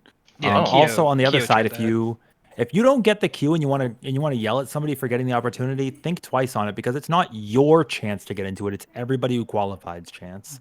So don't feel entitled. If somebody gets in there and says that they took it just to grief, then by all means be mad. Yeah. But encourage people. If you see that they can't, I think for the large part, Sardavar and Gabriel, you can actually get fairly far into. Like, Lion's the only one that you're going to need something the first 10 seconds. Okay. Well, the way that so I play on a Japanese server, and the way that content is typically done, so Savage Raiding, and also Baldessian Arsenal, and now Castrum as well, is they very quickly put together a macro which assigns groups to positions and also gives a general. It's basically a light version of a guide, like just a general rundown on how things work. I think everyone could benefit by just having a macro. So when a 1v1 comes up during the selection period, just press a macro that puts into shout chat what you need, and just so that people are generally a little bit prepared, so you don't have to feel so bad about someone squandering an opportunity like that. Please use macros in NA. Now, we've done stuff like that, Zeph, but a lot of people in NA get mad. They don't like them. So you shout and they think you're trying to squander their opportunity, and they're like, well, I don't have this, and now they're trying to get me to not go in, so I'm just going to take it anyway. It's a player mentality at that point, but it's also a player mentality that was forced upon all of us by Square Enix's decision. As far as the design goes, I don't know whether that's a failing or a success, but we could all benefit their from shopping carts or something too. No. We could all benefit from macros. Is the end game. Yeah. What Zeph is saying is correct. That goes for all content. For all content. All right. And Zeph, was that the last bit, or did you have something else that you wanted to say? Yeah, that's I'm happy with that being my last bit. Okay. So before we go as well, I just want you guys to say that, but now I want you to actually say where people can find you, or you could sell yourself. You could do whatever you want real quick. just so people know how to come to you to get more information from you if they wanted to after watching this show. And I'm going to go clockwise here, so that means I'm going to start with Balana. Balana, you can do your spiel here. Yes. Hey, you can follow me on Twitter at Balana Raw. I've been working on a project for the last year called InstaQuest, which is a live action VR combination Dungeons and Dragons game. We did our first episode, and we're gearing up for production on a full first season. So you can follow that at Twitter /QuestInsta and InstaQuest on Twitch. I can throw some links in the chat. Please do. I was working on. Do you have a link to that on your Twitter? Yes. Well, I have a link to it onto the other Twitter from my Twitter. It's pretty awesome. Yeah. If you like D&D, you should check it out. I was working on pulling up all the links, and you're like, "Oh, you're going first now." I'm like, "Ah, shit! Now I gotta fucking." You can pull them up while we do the other ones here. That gives you some keep time. on going. All right, Ren. I don't know clockwise from counterclockwise. Well, my screen, you're next. Sorry, yeah. Hi, everybody. I'm Rin Karigani. You could find me on twitch.tv/Rin Karigani. My Twitter is the same, and my YouTube is a little bit different. So if I got a shout out, I could put it in there. But I got you. Oh shit! I like doing all kinds of raid content, and generally speaking, you'll find me teaching. For the past couple of months, it's been teaching Unending Coil of Bahamut and Ultima Weapons Refrain. I've been raiding 51 hours a week, 7 days, helping groups over and over. That's going to stop for a little bit while we prepare for 5.4, and I'll be doing it again after with the new raid content. So you can find me on any of those channels. You could also find me. I'm the Gunbreaker Mentor in the Balance and General Tank Mentor. So if you need any help there, you can always reach me on Discord. Okay. And Zheph. Yes, you can find me on twitch.tv/ZephZaora, which it'd be nice if I could get a shout out because people often hold on. I was trying to find it here, and I'm actually just in my browser right now getting it. So yeah, and my Twitter is the same, except it's just Zeph Z or Z if you're American. I got timed out. Hold on. I got you, dude. You'll join the tons of people who have mod for some reason are fucking other. Just so they don't get timed out when they post something. So you should be good. And I stream every day. I do Hardcore Prog, which I also stream, so I'll be prepping for that. I'll probably be streaming my prep as well with my team leading into the next raid tier. Mm-hmm. I'll be doing the 1v1s again. And also when new raid tiers come out, I often spend a lot of time doing fight analysis and diagrams, which also go onto my Twitter and into my Discord as well. And I'm always endeavoring to help people with those. So you can find all of that through those links. Perfect. All right. So I got your Twitch. I don't know what the other links. We'll figure it out. They know you. The links are on my channel. You can just find them there. Just go to his channel and find them. I'll do another shout out just so you can have it for fun's sake. There we go. Just look for the blue slime. Yeah, the blue slime. Although, I do relate that to Milo, so I'm a little bit, it confuses me a little bit, but it's also, anyone who loves Dragon Quest. So, that being said, you guys have been fantastic on this show. Thank you so much for coming on and talking about this with me. I couldn't have imagined a better show. Thanks for having me on. Thank you for having us. Yeah, absolutely. Appreciate it. There is a couple things I need to do for my list of things. Just so you guys know, I'm not sure about MogTalk this coming next weekend. Maybe it will be a break MogTalk because we did a double from the last one. And thank you, Happy, for that host right here at the end of the show. But I'm not sure how MogTalk's going to go next weekend. But we will see. I will be on Moogle Go Round on Friday. I think it's 4 p.m., which is another podcast, and they're going to be talking to me. So worst case scenario, you will see me on that for Friday. And in regards to other things, I need to also thank all the viewers for being wonderful and being here and watching the show. I need to thank Carrara for being a wonderful wife and putting up with me for doing this show. Andre Kane for the music in the intro and the closing. And also thank you to the people, the first people who touched the Patreon account that I put up recently. I wasn't really expecting anyone to do anything with it, but there's some people there. I didn't know you had a Patreon. I put it up same. last week. So this is kind of an announcement in a way. I haven't really been saying too much about it. It's right there. I put a link in the chat. And one of the rewards was if someone was a certain tier, I would have a thank you video at the end of every MogTalk thanking the people personally who were on that tier. So you're going to see that right before the credits here. I don't know what the fuck I was doing by trying to plan out being creative in some way or shape or form as a reward. But yeah, if you guys want to, you can check that out. And I was trying to think if there's something else I need to let you guys know. We will be getting information, hopefully, about what we're doing with the World Race soon. Balana, I'll be seeing you tomorrow to have some discussions about that because we're going to be doing some stuff. Thanks for the reminder. Yeah, just to remind you. But yeah, no, we're going to be planning that out, and we're probably going to be doing a charity stream. A handful of us that like to follow the race or have participated in some way. And yeah, that's it. You guys remember to be good, keep cool, stay frosty. Everybody wave and say bye awkwardly. Bye. Bye. Hello there. Man, what an episode. We talked about the one thing, and I had no clue where that conversation was going to go, and it really turned into a big topic.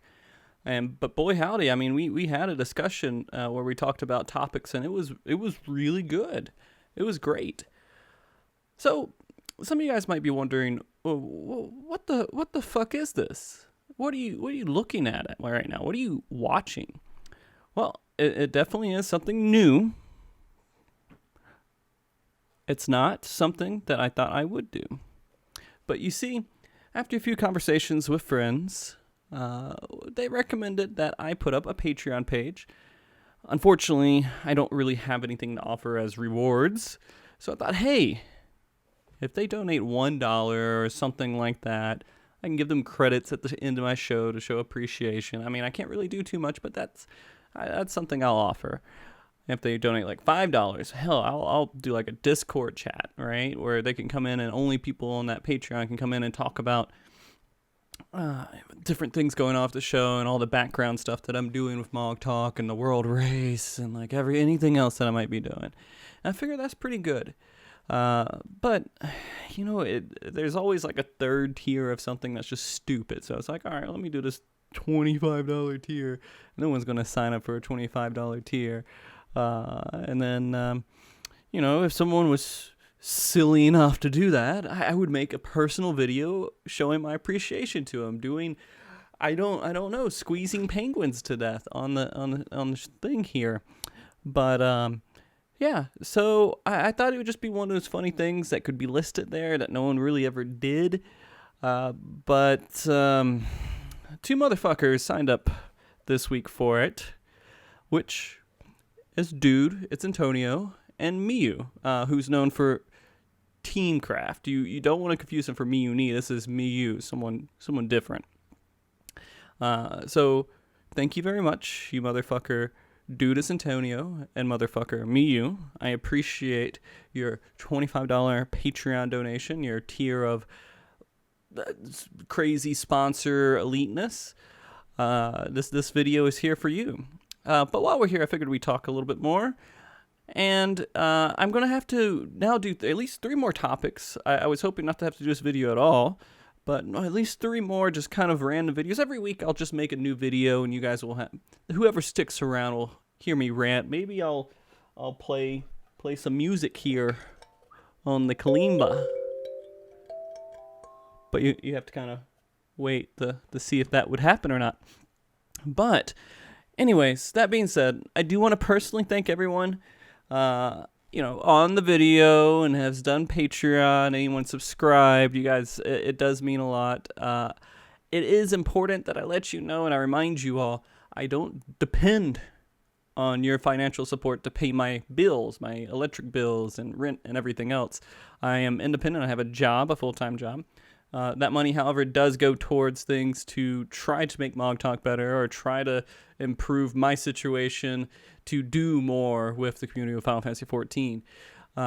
However, you should never feel obligated to.